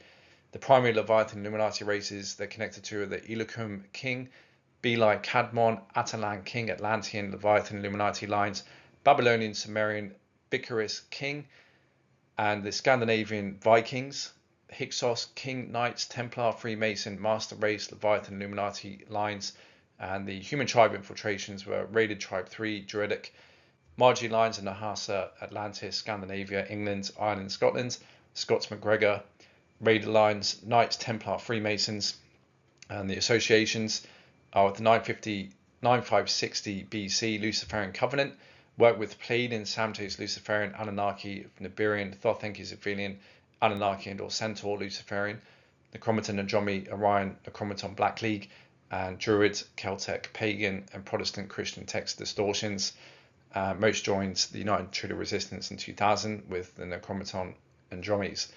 Then we have the Marduk, Dramin, Satan, Anunnaki, which again are the fallen Anu Seraphim hybrid, and they're of the Phantom, Alpha Centauri, Sirius B, Anulam, Orion, Alpha Draconis, and Nibiru, and their systems are the same, but they got also the Dragon Apin and the Crocodile, now dismantled, and Falcon Draconian Apins. Primary races are the Dramin, Dragon Queen, Dino and Sect, Hominid, Anunnaki hybrids, the Amalian, Anunnaki, Aquatic Ape, Marduk, Satan family line, Omicron Draconian, Dragon Moth hybrid, the Sathosa, dark-haired hook-nosed, olive-skinned humanoid Syrian Anunnaki, Jehovian, Satan, Nephilim, Omicron, Nephite human, and the core agenda is the Satanic, Draconian, Orion, Necromaton, Black League, and their primary Illuminati races are the Sathian King, Atlantean, Leviathan, Illuminati line, Babylonian, Chaldean, Akkadian King, Jehovian, Anunnaki, Nahasim, Hassa, King, Sethian, King hybrid, and the Atlantean, Leviathan, Illuminati line, Set, King, Egyptian, in the Sathian King, Babylonian King, Horus King hybrid, Leviathan, Illuminati line, human tribe infiltration, Middle Eastern, Hebrew, Samaria, Akkadian, Chaldean, Babylonian, Egyptian, Native American, Kota tribes, Angolan, Portuguese, African, West African, Russian, and the associations are linked with the Dramin, the Dragon Queen, Egyptian Set schools, biblical Set lineage, necromancy, Satanic Bible, Satanism, Islamic and Hebrew text distortions, KKK, Russian, Psychic, Rasputin, and related channels. And they work with the Omicron Draconians, Dracos, and Orion, Necromaton, Black League, Pro-Drac, Necromaton, and Dromies. Most of them joined the UIR, and some faction refused UIR for rebel Omicron Draconian agendas. Then we have the Enlil, a Dedicon Anunnaki, which are the fallen Anu Seraphim hybrids, and they are located in Nibiru, Phantom, Tiamat, Lyra, Avion. And then we have the aping system. They got the Phoenix, primary races, the Enlil, Amelian, Anunnaki, aquatic ape, Adedicron, avian reptile, scaled reptile, hominid, hybrid. The Belli, Kugium, Adedicron, Anunnaki, Terranusium, human, reptile hybrids of Alcyon, Tara. Core gender is the reptilian, Anunnaki, Pleiadian, Nibiruan coalition, or reptilian, Draconian, Orion confederation. Primary Leviathan Illuminati races are the Adruan, King Atlantean, Sumerian, African, Leviathan, Illuminati lines, Belli, Cadmon, Atalan, Arcadia, Greek King, Nibiruan, Anunnaki hybrid, Atlantean, Leviathan, Illuminati lines, Atlas, King, Atlantean, Sumerian, Horus, Scarab, King, Egyptian, Leviathan, Illuminati lines, and the Hyksos Knights, Templar, King, Anunnaki, and Draconian, Anti-Christos, Master Race line, the Roman, Romulus, King, and Sakian, Grual, or Gual, King, which are the Pleiades, Samtes, Luciferian, Anunnaki, Saxon, Germanic, Hyksos, Omicron, Draconians, Dragon King lines. Then we have the human tribe infiltration in Egyptian, African, Akkadian, Greek, South American, Inca, Northwest Native American, Northwest French, South English. Associations with the Ankis, Aphelion, Marduk, Luciferian, Anunnaki, created Nibiruan, primate, hominid, locust, Neanderthal slave race for African gold mines and Middle East labor, 250,000 BC. Enlil Anunnaki raider race of 148,000 to 75,000 BC during the Anu occupation, and then 25,000 BC Lucifer rebellion, and then 10,500 BC Luciferian conquest, then the 9560 BC Luciferian covenant, Atlantean human tribe invasions, Atlantean, Egyptian, Phoenix and Falcon mystical schools, Falcon shamanic traditions, Nubian, Mayan, Toltec, Olmec, Native American Falcon cults and crocodile cults, Gold raider races of France, Britain, Europe, Knights Templar, Freemasons, Anunnaki, and Draconian factions. Most are members of Nibiruan Councils 9 and 12, Pleiadian Nibiruan Coalition, Galactic Federation, and Ashtar Command, defected from Pleiadian Syrian agreements, Treaty of Altair to join United Intruder Resistance with Galactic Federation, Ashtar Command, and Nibiruan Council of Anunnaki. And we have here Phantom Matrix, Anunnaki, Intruder races. Okay, so we've got the Jehovah Anunnaki, Fallen Anu Elohim, Giovanni, D11 Dark Avatar Collective, Phantom Lyra Avion, Sirius A, Arcturus, Alpha Centauri, Andromeda, Trapezium, Theta, Orion. Apin Systems of the Jehovah Nephite, Dove and Olive Branch, HDC, Apin, Jehovah Seven Seals, Arcturian Trumpet Technologies and Phoenix Wormhole Access, Jehovah Nephilim Orantian, Dove, Dragon and Falcon Apins, Jehovah Nephilim, Nephite, Draconian, Dragon and Falcon Apins. Primary races are the Jehovonians, Fallen Anu Elohim, Fallen Ophanim Overlords, Orifim, Magi, Nephite, Anunnaki Hybrid, Arcturus, Trapezium, Orion. You've got the bipedal dolphin people of Anunnaki, Cartesian Hominid Sirius A, original Anunnaki pure strain, the Shrik Al Aquatic Dolphins, Earth, Nephite, hook-nosed, dark-haired humanoids, dolphin people, Anunnaki, Hebrew, Hibiru, Melchizedek, cloister human hybrids, and the Phantom Sirius A, Etheric Syrians, Orion, Antares, Pleiades, Arcturus, Lyra Avion, humanoid Arcturians and Lyrans, Morantians, Jehovah Nephilim, humanoid, Necromaton, Andromi, Jehovah, Anunnaki, human hybrid, Sirius A, Arcturus, Alpha Centauri, Andromeda. That's interesting. That's the first time I've seen Antares mentioned that I've not picked up on before. That is connected into the Jehovah Anunnaki, and as you recall, it's connected into the sign of Scorpio and Judas especially, and how it's the occult sign of initiation. I've certainly encountered a lot of weird synchronicities with the Antares, and obviously around the times when the sun is in Scorpio and the moon, that weird events have taken place, especially in the first 2 or 3 years of my awakening. So that's very interesting how it connects into the Jehovah Anunnaki.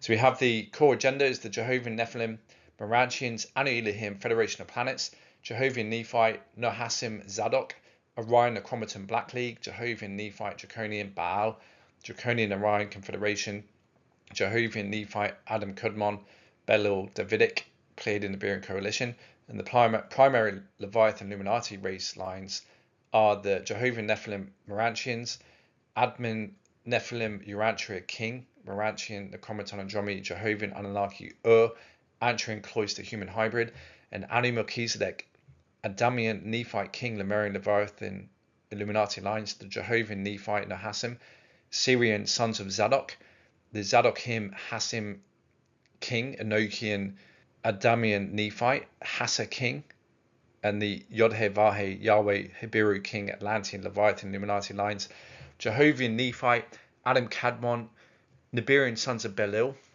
Nohassim Adam Kadmon king, Enochian Zedekim, Thothenki Zephelian Aziriel Belai Kadmon Nibirian hybrid, Larsa king, Enochian Nahassim Adam Kadmon, Thothenki Aziriel and Sanchez Luciferian Sakion Atalan, and Davidic king, Knights Templar Enochian Thothian Hyksos and Adam Kadmon, the Abraham David Moses Akhenaton Jeshua 9 lineage, Atlantean Adam Kadmon Nephite Leviathan Illuminati lines, and the Jehovian Nephite Draconian Orion sons of Baal, Tozan Sadducees, Necromaton Andromi Jehovian Anunnaki hybrid, and Hassad Pharisees, Omicron Draconian Jehovian Anunnaki hybrid, Semitic Jehovian Dragon King lines, then the Hala King, Zadokim, Hassim, Necromaton Andromi, Omicron Draconian, Atlantean Nephilim, Nephite Draconian Leviathan Illuminati line, then human tribe infiltration, extensive radiant evangelic human Hebrew Melchizedek cloister and Essene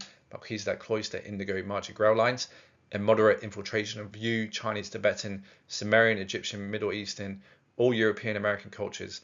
Associations are with the Jehovian Nephilim Morantians, major distortions of original Lemurian, Atlantean, Essene Emerald Covenant CDT plate Christos teachings, Christian Protestant text distortions, Urantia book, Templar Melchizedek Mormon texts, Jehovah Nephite, Nahassim created Yodhe Vahe Jehovah God stories, false 12 tribe history and Hebrew Christian texts, Jehovah Nephite Adam Kadmon, promote Jehovah Yahweh Metatron, Ophinium Enoch Archangel Michael and Tibetan creeds, Jehovah Nephite Draconian Kabbalah, Hebrew text distortions, inverted reverse 10 Sephiroth tree of life, remove 6 letters from the Hebrew alphabet, traditional and Hasidic Hebrew text distortions, Jehovian renegades and Galactic Federation, Ashtar commands, Nibirian councils, Course in miracles, channeling and Thoth Isis Merlin, Archangel Michael teachings are Jehovian Galactic Federation, the Chromaton and Dromi Nephilim Anunnaki co-op, mostly joined the United Intruder Resistance with Galactic Federation, Ashtar Command, and Nibirian Council. Some Jehovian Nephite Draconian groups joined Rebel Omicron Draconian One World Order agendas. Then we got the Pleiadian Samjays Luciferian Anunnaki, which are the fallen Seraphim hybrids, Anu-Seraphim hybrids, and they control the Apin systems of the NDC grid, net, or have access to Phoenix Apin, Phoenix Wormhole, White Eagle Apin. Primary races are the Belai, Kujium, Reptilian Anunnaki, Human Hybrid, Blondes, Marduk, Luciferian Anunnaki line of Sirius A, Raided Procyon, Ceres, Margi races, Tara, Alcyone, Procyon, and Nibiru, Borgia, Little Blue Humanoids, Hominids, of Pleiadian Alcyone, Nibiru, Tiamat, Tara, Belocudium, Human Reptile, Hybrids, Alcyone, and Inner Earth, and then you got the Bila, Mahatma, Pleiadian, Jehovian, Anunnaki, Human, Reptilian, Aquatic, Human hybrids, look like pretty perfect humans of various heights with blonde or dark hair and bright blue eyes, usually wear white robes and falsely claim ascended mastery. Alcyone, Inner Earth, Parallel Earth, and Sirius A, majority race of Galactic Federation, Ashtar Command. I'm laughing because it is funny how there's so many of them, and you're kind of reading out all these race lines, and they've got all of these other race lines spliced in with them, and it is like so difficult to keep track, really, like just how complicated this all is. But it is funny, and like I said, the level of detail makes you kind of wonder. You can't really make this up, so it kind of makes you pay attention, and it kind of, like I said, rings true when you start noticing certain things I've connected into of my experiences. So yeah, definitely cannot be ignored, and otherwise it's blowing everything out of the water in regards to what we've been led to believe for all these associations with movements, even within the occult, metaphysical texts, distortions, and then the scripture in religion. It's astonishing, really, like just what a mess this place is. So the core agendas are the Pleiadian Nibirian Coalition, Luciferian, Covenant Anunnaki Resistance agenda, primary Leviathan Illuminati races, the Brewer Atlantis, Atalan Kings, Lohis, Atlantis, Sakion, Saxons Kings, Celtic, Druidic, Margi tribe raids, Atlantean, Sumerian, Lhasa Kings, Isis Queen, Egyptian line, Hyksos Knights, Templar Freemason, Master Race, Cathari, Raid of Margi, Cathare Indigo tribe of South France. That was during the they massacred 50,000 Catharis. Unfortunately, that was part of the human angelic indigo grow lines.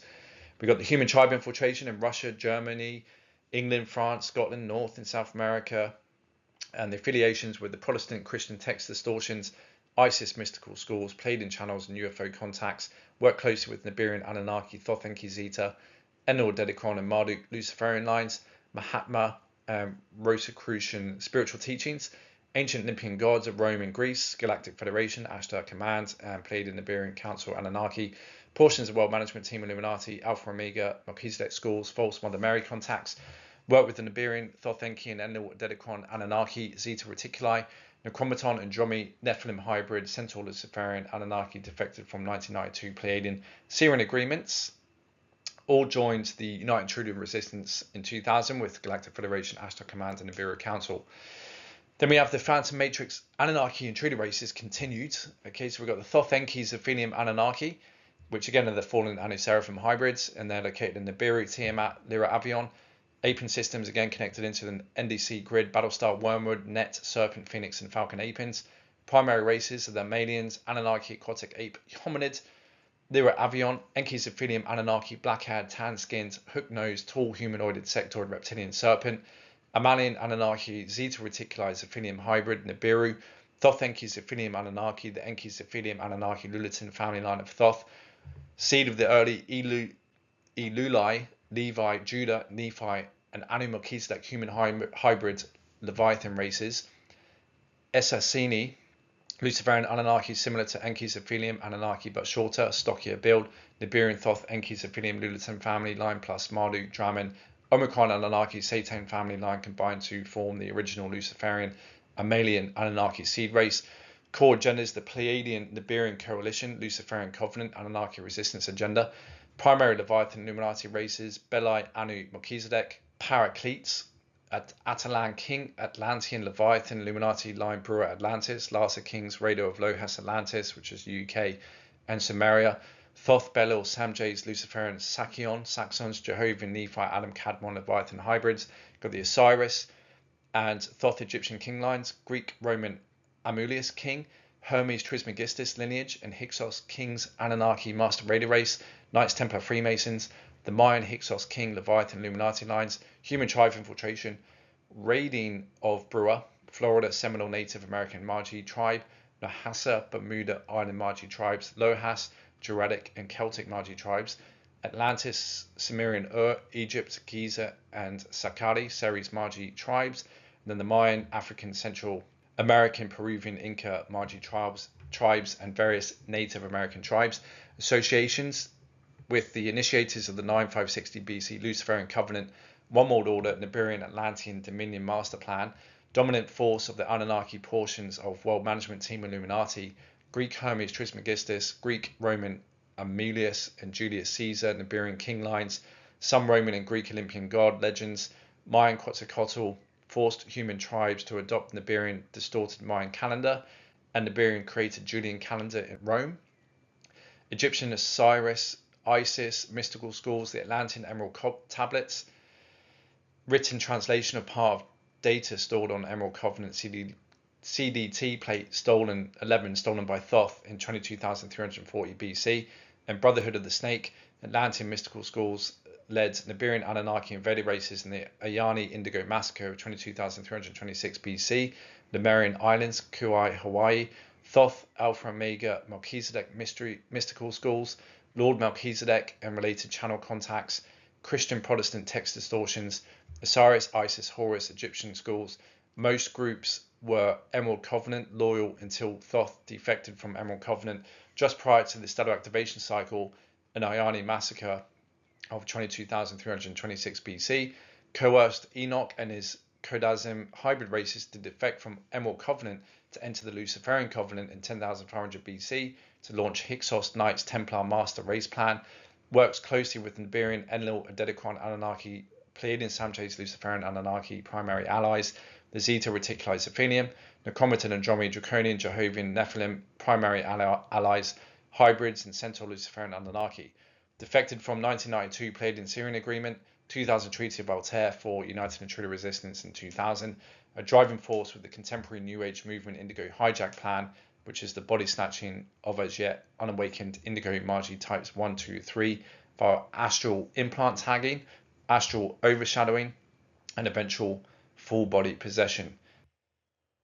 So we're going to go over Abaddon, Procyon, Apollyon, Andromeda / M31, and black hole systems. The Ascension Glossary writes, as a result of the Metatron Collective being unable to salvage the 12th Stargate, they were absorbed into the artificial intelligence system formed by the black hole entities, and they eventually digressed into the Yahweh system. This system is connected into a black cube matrix held through Saturn that is siphoning life force from our universal time matrix and routing it back into their black hole system. Saturn's black cube holds a massive tank that acts as a harvesting station for blood sacrifice from human beings in any way imaginable, whether through wars, rituals, crucifixion, martyrdom, suicide, or menstrual. This makes it obvious why Saturn has been long associated with an assortment of blood-worshipping cults. Saturn is also the solar seventh gate, so it's been used to pump out reversal violet ray plasma light, and this is the distortion that generates reversal plasmas and reversal violet light on our planet. These reversal plasmas are designed to ignite and feed the demon seed that exists in the shadow selves or negative forms of the masses. Additionally, this alien construct was used to impale the crucifixion implants on the vertical axiotonal lines in the planetary body, which also devastated the vertical channel alignment of the planetary staff. The Yahweh system leads back into the black hole system from a black star that is located in the center of our Milky Way galaxy called Abaddon, also known as Apollyon. According to the timeline of events as published under the KDDL2 workshop by E. Asher, our time matrix was originally a part of Equinos / M31 Andromeda galaxy. This was the original galaxy that was formed and seeded with life. Somewhere between when life was seeded and around 480 to 450 billion years ago, there was another black hole force system that formed in another matrix called the Weaselay matrix that gave birth to the fallen Apollyon races.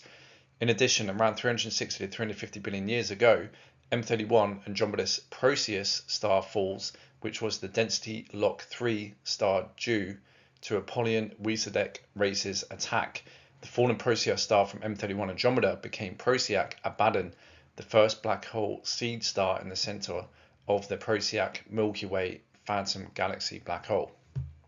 As you can see in the diagram, AA3, which is right down there in the bottom left of this Cathara grid type setup, represents the point of connection that is still intact with Andromeda and Earth. Okay, so you can see the vertical stack alignment of the Cathara grid there is otherwise linked to Equinos, which is Andromeda M31, and then on the tilt is the Milky Way galaxy, which you can see is kind of intersected with that image to show the kind of relationships in the overlay of our system, Milky Way system, compared to Andromeda, and where AA3 is where our universal Stargate 3 is connected into, the equivalent Stargate 3 up in Andromeda, which is Eartha, which is otherwise down here, our Earth. Okay, that's why this planet is so very important as real estate within this, multi-dimensional stack of Stargate systems, but particularly in Density 1, it's very strategic because it still has connections and ties with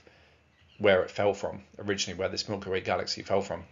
So the dynamic, Yasha says, the dynamics of Earth's return to the M31 first alignment will progressively unfold through a process of transgalactic solar symbiosis through which the EM fields, electromagnetic fields, plasma flows, and intrafacial liaison passages between Earth and M31 Eartha Araya 3 are progressively opened via high amplitude radio propulsion wave tethering.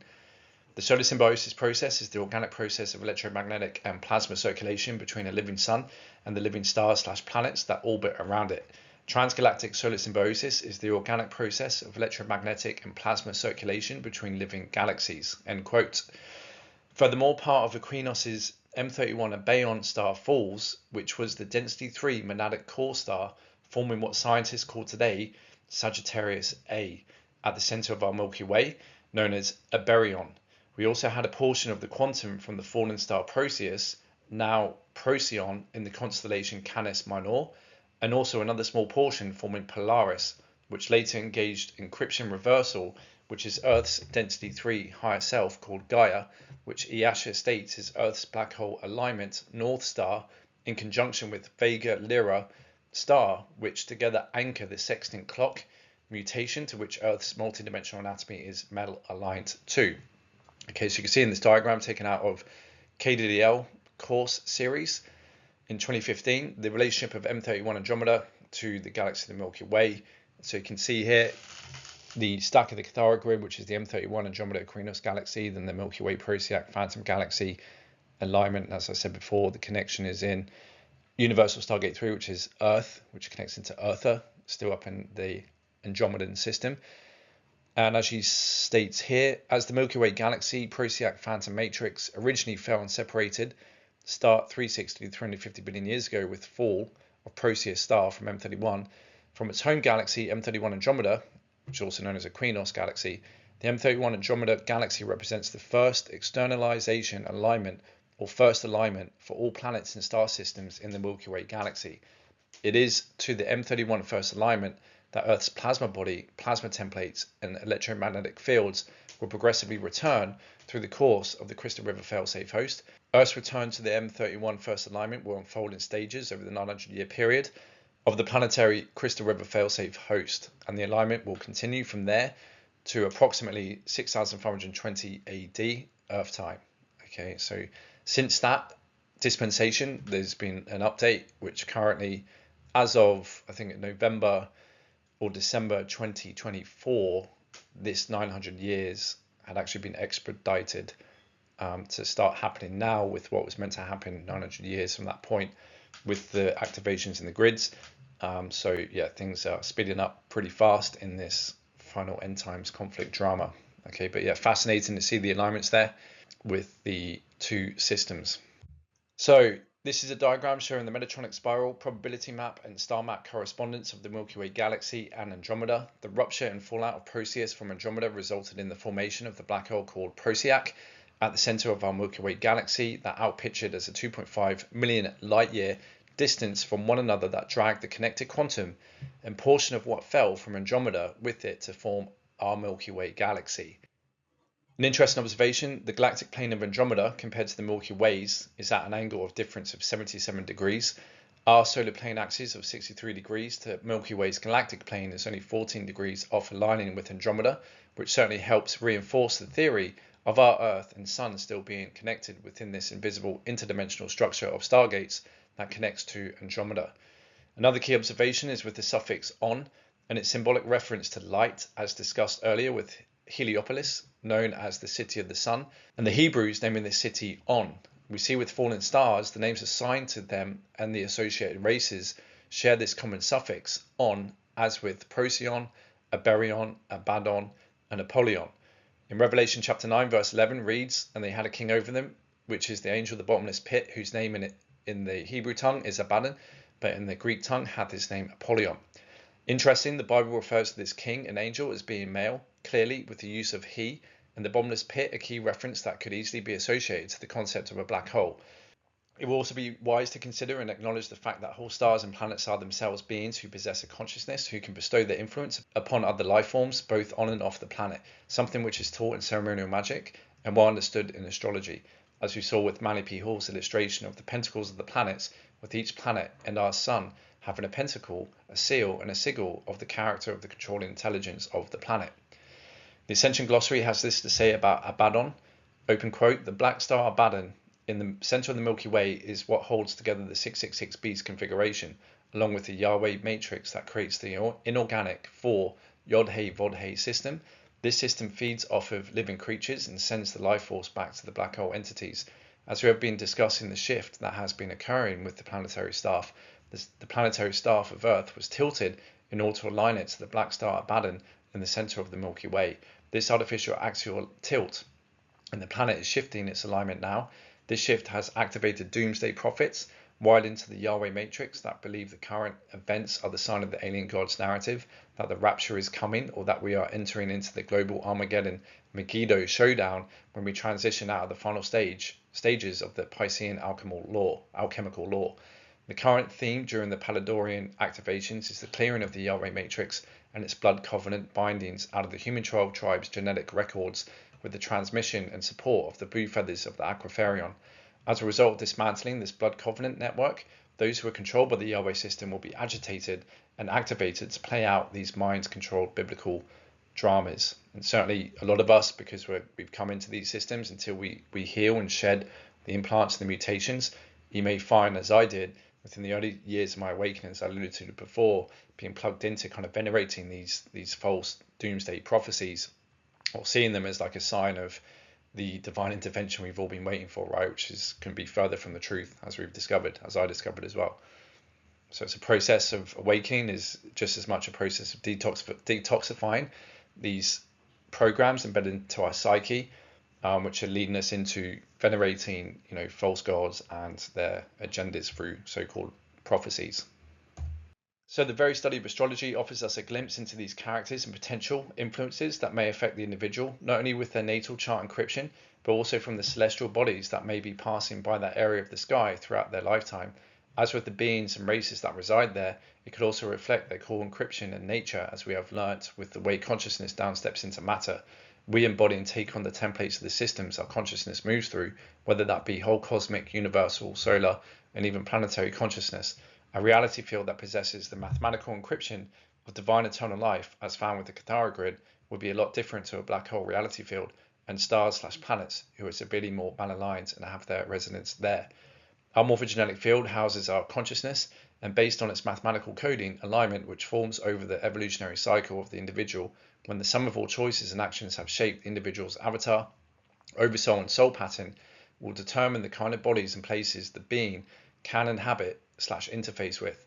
Likewise, when benevolent beings choose to incarnate into damaged reality fields and planets to help assist in healing them, they are not only susceptible to attack by forces who want to keep it that way, but also susceptible in losing that part of the consciousness that has merged with the damaged template that could inevitably regress and de-evolve to the point of becoming, adopting and identifying with the distortion and helping to perpetuate its programming/agendas, and or simply becoming a tool, pawn, puppet for fallen forces. A key component when understanding the metaphysical aspect of creation, as we have gone through, what we see as light in our calibrated station mental body is physical in a higher density dimension/harmonic. Remembering that beings who also exist in those higher domains with higher varying frequency based templates will also appear ghost-like to the varying degrees of how dense the matter field is compared to ours. This would also apply to the fallen races who can still transverse and probe into living systems with their technologies of wormholes, who have mastery of the physics and access over much of the four harmonic universes within this time matrix. The Saturn moon matrix is evidence of this. To be precise, the fallen races have coded no higher than 11.5 substrands in their DNA, which gives them access to the whole dimensional scale from their fallen matrix. For example, minus 11.5 if it is a direct mirror/reflection, up to plus 11.5 within our living side, where the connections has been severed for them within this time matrix, effectively rendering them locked out of heaven, with heaven here being the higher God worlds in the inner Eka. Voyagers 2 has this to say about the phantom black hole system at the center of our Milky Way galaxy. Open quote, "The phantom matrix is an unnatural black hole system that continually accretes energy and consciousness from the living host time matrix to which it is attached. In 22,326 BC, the founders recognized that the phantom matrix, created during the Liran Elohim Founders Wars 250 billion years ago, had almost reached critical mass accretion. The black hole system had pulled into itself nearly as much energy mass and consciousness than that organically held within our natural living time matrix. If the phantom matrix reaches critical mass accretion, its draw upon the living time matrix will progressively accelerate, and our living time matrix will be permanently pulled off the grids of the density 5 primal light fields and into the chaotically organized finite phantom matrix. If the Christos realignment mission is not successful during this current SAC, this entire time matrix, not only Earth, will be pulled into the phantom matrix black hole via the halls of Amenti stargates. Many innocent intergalactic civilizations will be trapped in phantom time, denied their birthright of organic ascension, mastery, and eternal life." End quote. So what happens to the consciousness and beings if they get sucked into a black hole? Iyasha writes, open quote, "In the phantom matrix, the consciousness would become trapped in a distorted image of its original biological or matter form. The distorted body thought form could neither naturally ascend nor die in the usual manner, but would rather progressively become more distorted, the consciousness digressing into perpetual chaos until eventually the thought form body would implode in upon itself, fragmenting the identity into undifferentiated units of consciousness, space dust. Survival or sentience in the phantom matrix is dependent upon devising ways to literally feed off life force energies from other forms in the phantom matrix or from living beings in living time matrix systems. This is how the fallen angelic races sustain themselves, and is precisely why they have tried for 250 billion years Earth time to conquer our living time matrix and pull it into their system. Such a feat would provide them with a massive food supply through which to expand and sustain the continually contracting thought form hologram reality field. End quote. This could certainly give us more explanation to the type of demon entities we see illustrated in medieval artwork, and with a few I have encountered in astral experiences when appearing as abominable forms of mutated hybridized animal parts in bipedal form. The Ascension Glossary adds even more detail to the purpose of this black cube Yahweh matrix. Open quote. The Yahweh Collective took over the four cardinal directions, or what we call the divine infinite calculus that makes up the cosmic clock in our universe. They used the Yahweh system to take over the guardians of the 12 pillars and the crystal cathedral architecture, blocking communication with Christic races outside of their system. This alien machinery is called the Yod-Heh-Vah-Heh system, or Yahweh matrix. It is obvious to assume that the fallen Yahweh entities decided they were our gods and decided to implement a variety of mind control mechanisms by spreading religious beliefs so that humans would worship Yahweh and or Jehovah as the God creator. End quote. And it continues, another section, open quote. The Yod-Heh-Vah-Heh system also correlates to taking over all of the numerical 4 and Master Builder 22 constructs that are used in morphogenetic fields as blueprints from matter. Each of the Yod-Heh-Vah-Heh pillars relates to one of the directions north, south, east, or west, and the governance over its fallen angelic hierarchy that administers to the cosmic clock or timelines. Calling on this Yahweh system through the Yod-Heh-Vah-Heh matrix, or tetragrammaton, is common in squaring the circle, which is how an occult ritualist sets the directions in the energetic space. This may be used in some New Age practices or in black magic rituals that are bound to the Hebrew-based systems and the mystical Kabbalah, or other mystery schools or religions that worship Yahweh. End quote. Another important concept to dissect within the Kabbalah and Bible myths is this dichotomy with God, Jehovah, and Lucifer, as seen with the Kabbalistic diagrams and commentaries. Lucifer's supposed fallout from heaven happens when trying to complete the cosmic alchemy, wherein he brought a portion of the corrupted Shemayim with him that inevitably led to the creation of chaos. Thus, the material universe was established to try and liberate this portion of the Shemayim, which is the divine fire, from this fallout, so everyone, including Lucifer, may regain their lost estate, and thus this opposite expression was created, so the story goes. This can be compared with this concept of a black hole phantom matrix opposing the living natural matrix, as we saw with the MCO-AMCC cosmogeny. We also have competing fallen matrices with their respective races that connect into our original time matrix, who have been competing for dominance amongst one another, with all sides calling the other the devil and enemy. One key battle being the pure strain Anu Elohim against the fallen Seraphim reptilian races, wherein the Anunnaki have been created by the Anu Elohim, which created many hybridized race strains and families under the umbrella of Anunnaki that all had varying allegiances between the two fallen factions, one of which was the Luciferians, and that's otherwise referred to as the Anu Seraphim. We could also have evidence of a mutiny within the ranks of the Yahweh collectives that resulted in a fallout amongst the fallen angelic / ET Intruder races, as described with Lucifer and Jehovah, maybe due to differences in views, politics, and or agendas. Regardless, there definitely seems to be a difference between Jehovah, Satan, and Lucifer, all three part of fallen race / family line collectives, as we have gone through, but all three sharing a common goal of dominion and anti-Christic agendas. So we have here the following images taken from the Forbidden Testaments of Revelation, Disc 5 lecture by Easha, which shows the 5 common beast implant symbols and their origins of how they interface with the universal Stargate systems of our time matrix, our parallel time matrix, both phantom matrices of our system and parallels, as well as both Weezadek and Weezadrak black hole full matrices, which connects into both phantom matrices via Menetronic high science wormhole technologies. And those are from the Weasley adjacent Becker system. The symbols of the swastika, crescent, hammer and sickle, sextant Freemasonic compass, Christian cross, and the pentagram are all geomancies from the Menetronic black hole fallen angelic crew. Here is the link, and I'll post it down below.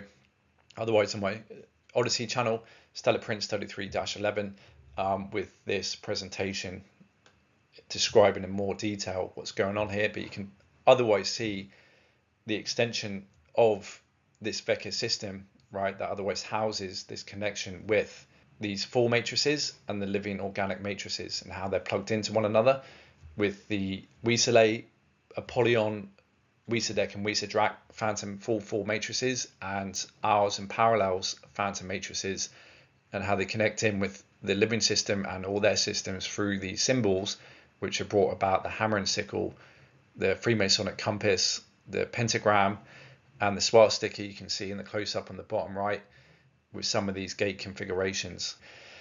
So there we have it, folks. That wraps up this chapter, which is quite a big one worth going over multiple times in order to get an understanding as to the who's who of this drama and history that we've gone through and detailed thus far. In the next presentation, I'm going to be going through chapter 7. That's otherwise going to cover Scorpio, Tribulations, Judgment Day, Initiation, the Poison Apple, Adam and Eve, Venus, Lucifer, Baryogenesis hybridization programs, the Femme Fatale, Jupiter, Jesus, and the 666 Gate Network, Tara and the Garden of Eden, Locust Neanderthal, Anunnaki origins, and Illuminati Leviathan races, as we obviously already seen some of these ET Intruder race affiliations and associations down here, going into Agartha and the Dracons, and the Fibonacci and crystal spirals. Okay, so that's going to be a big one. Chapter 7, look forward to it. Folks, in the meantime, stay safe, stay sovereign, and I'll see you in the next one. Ciao for now.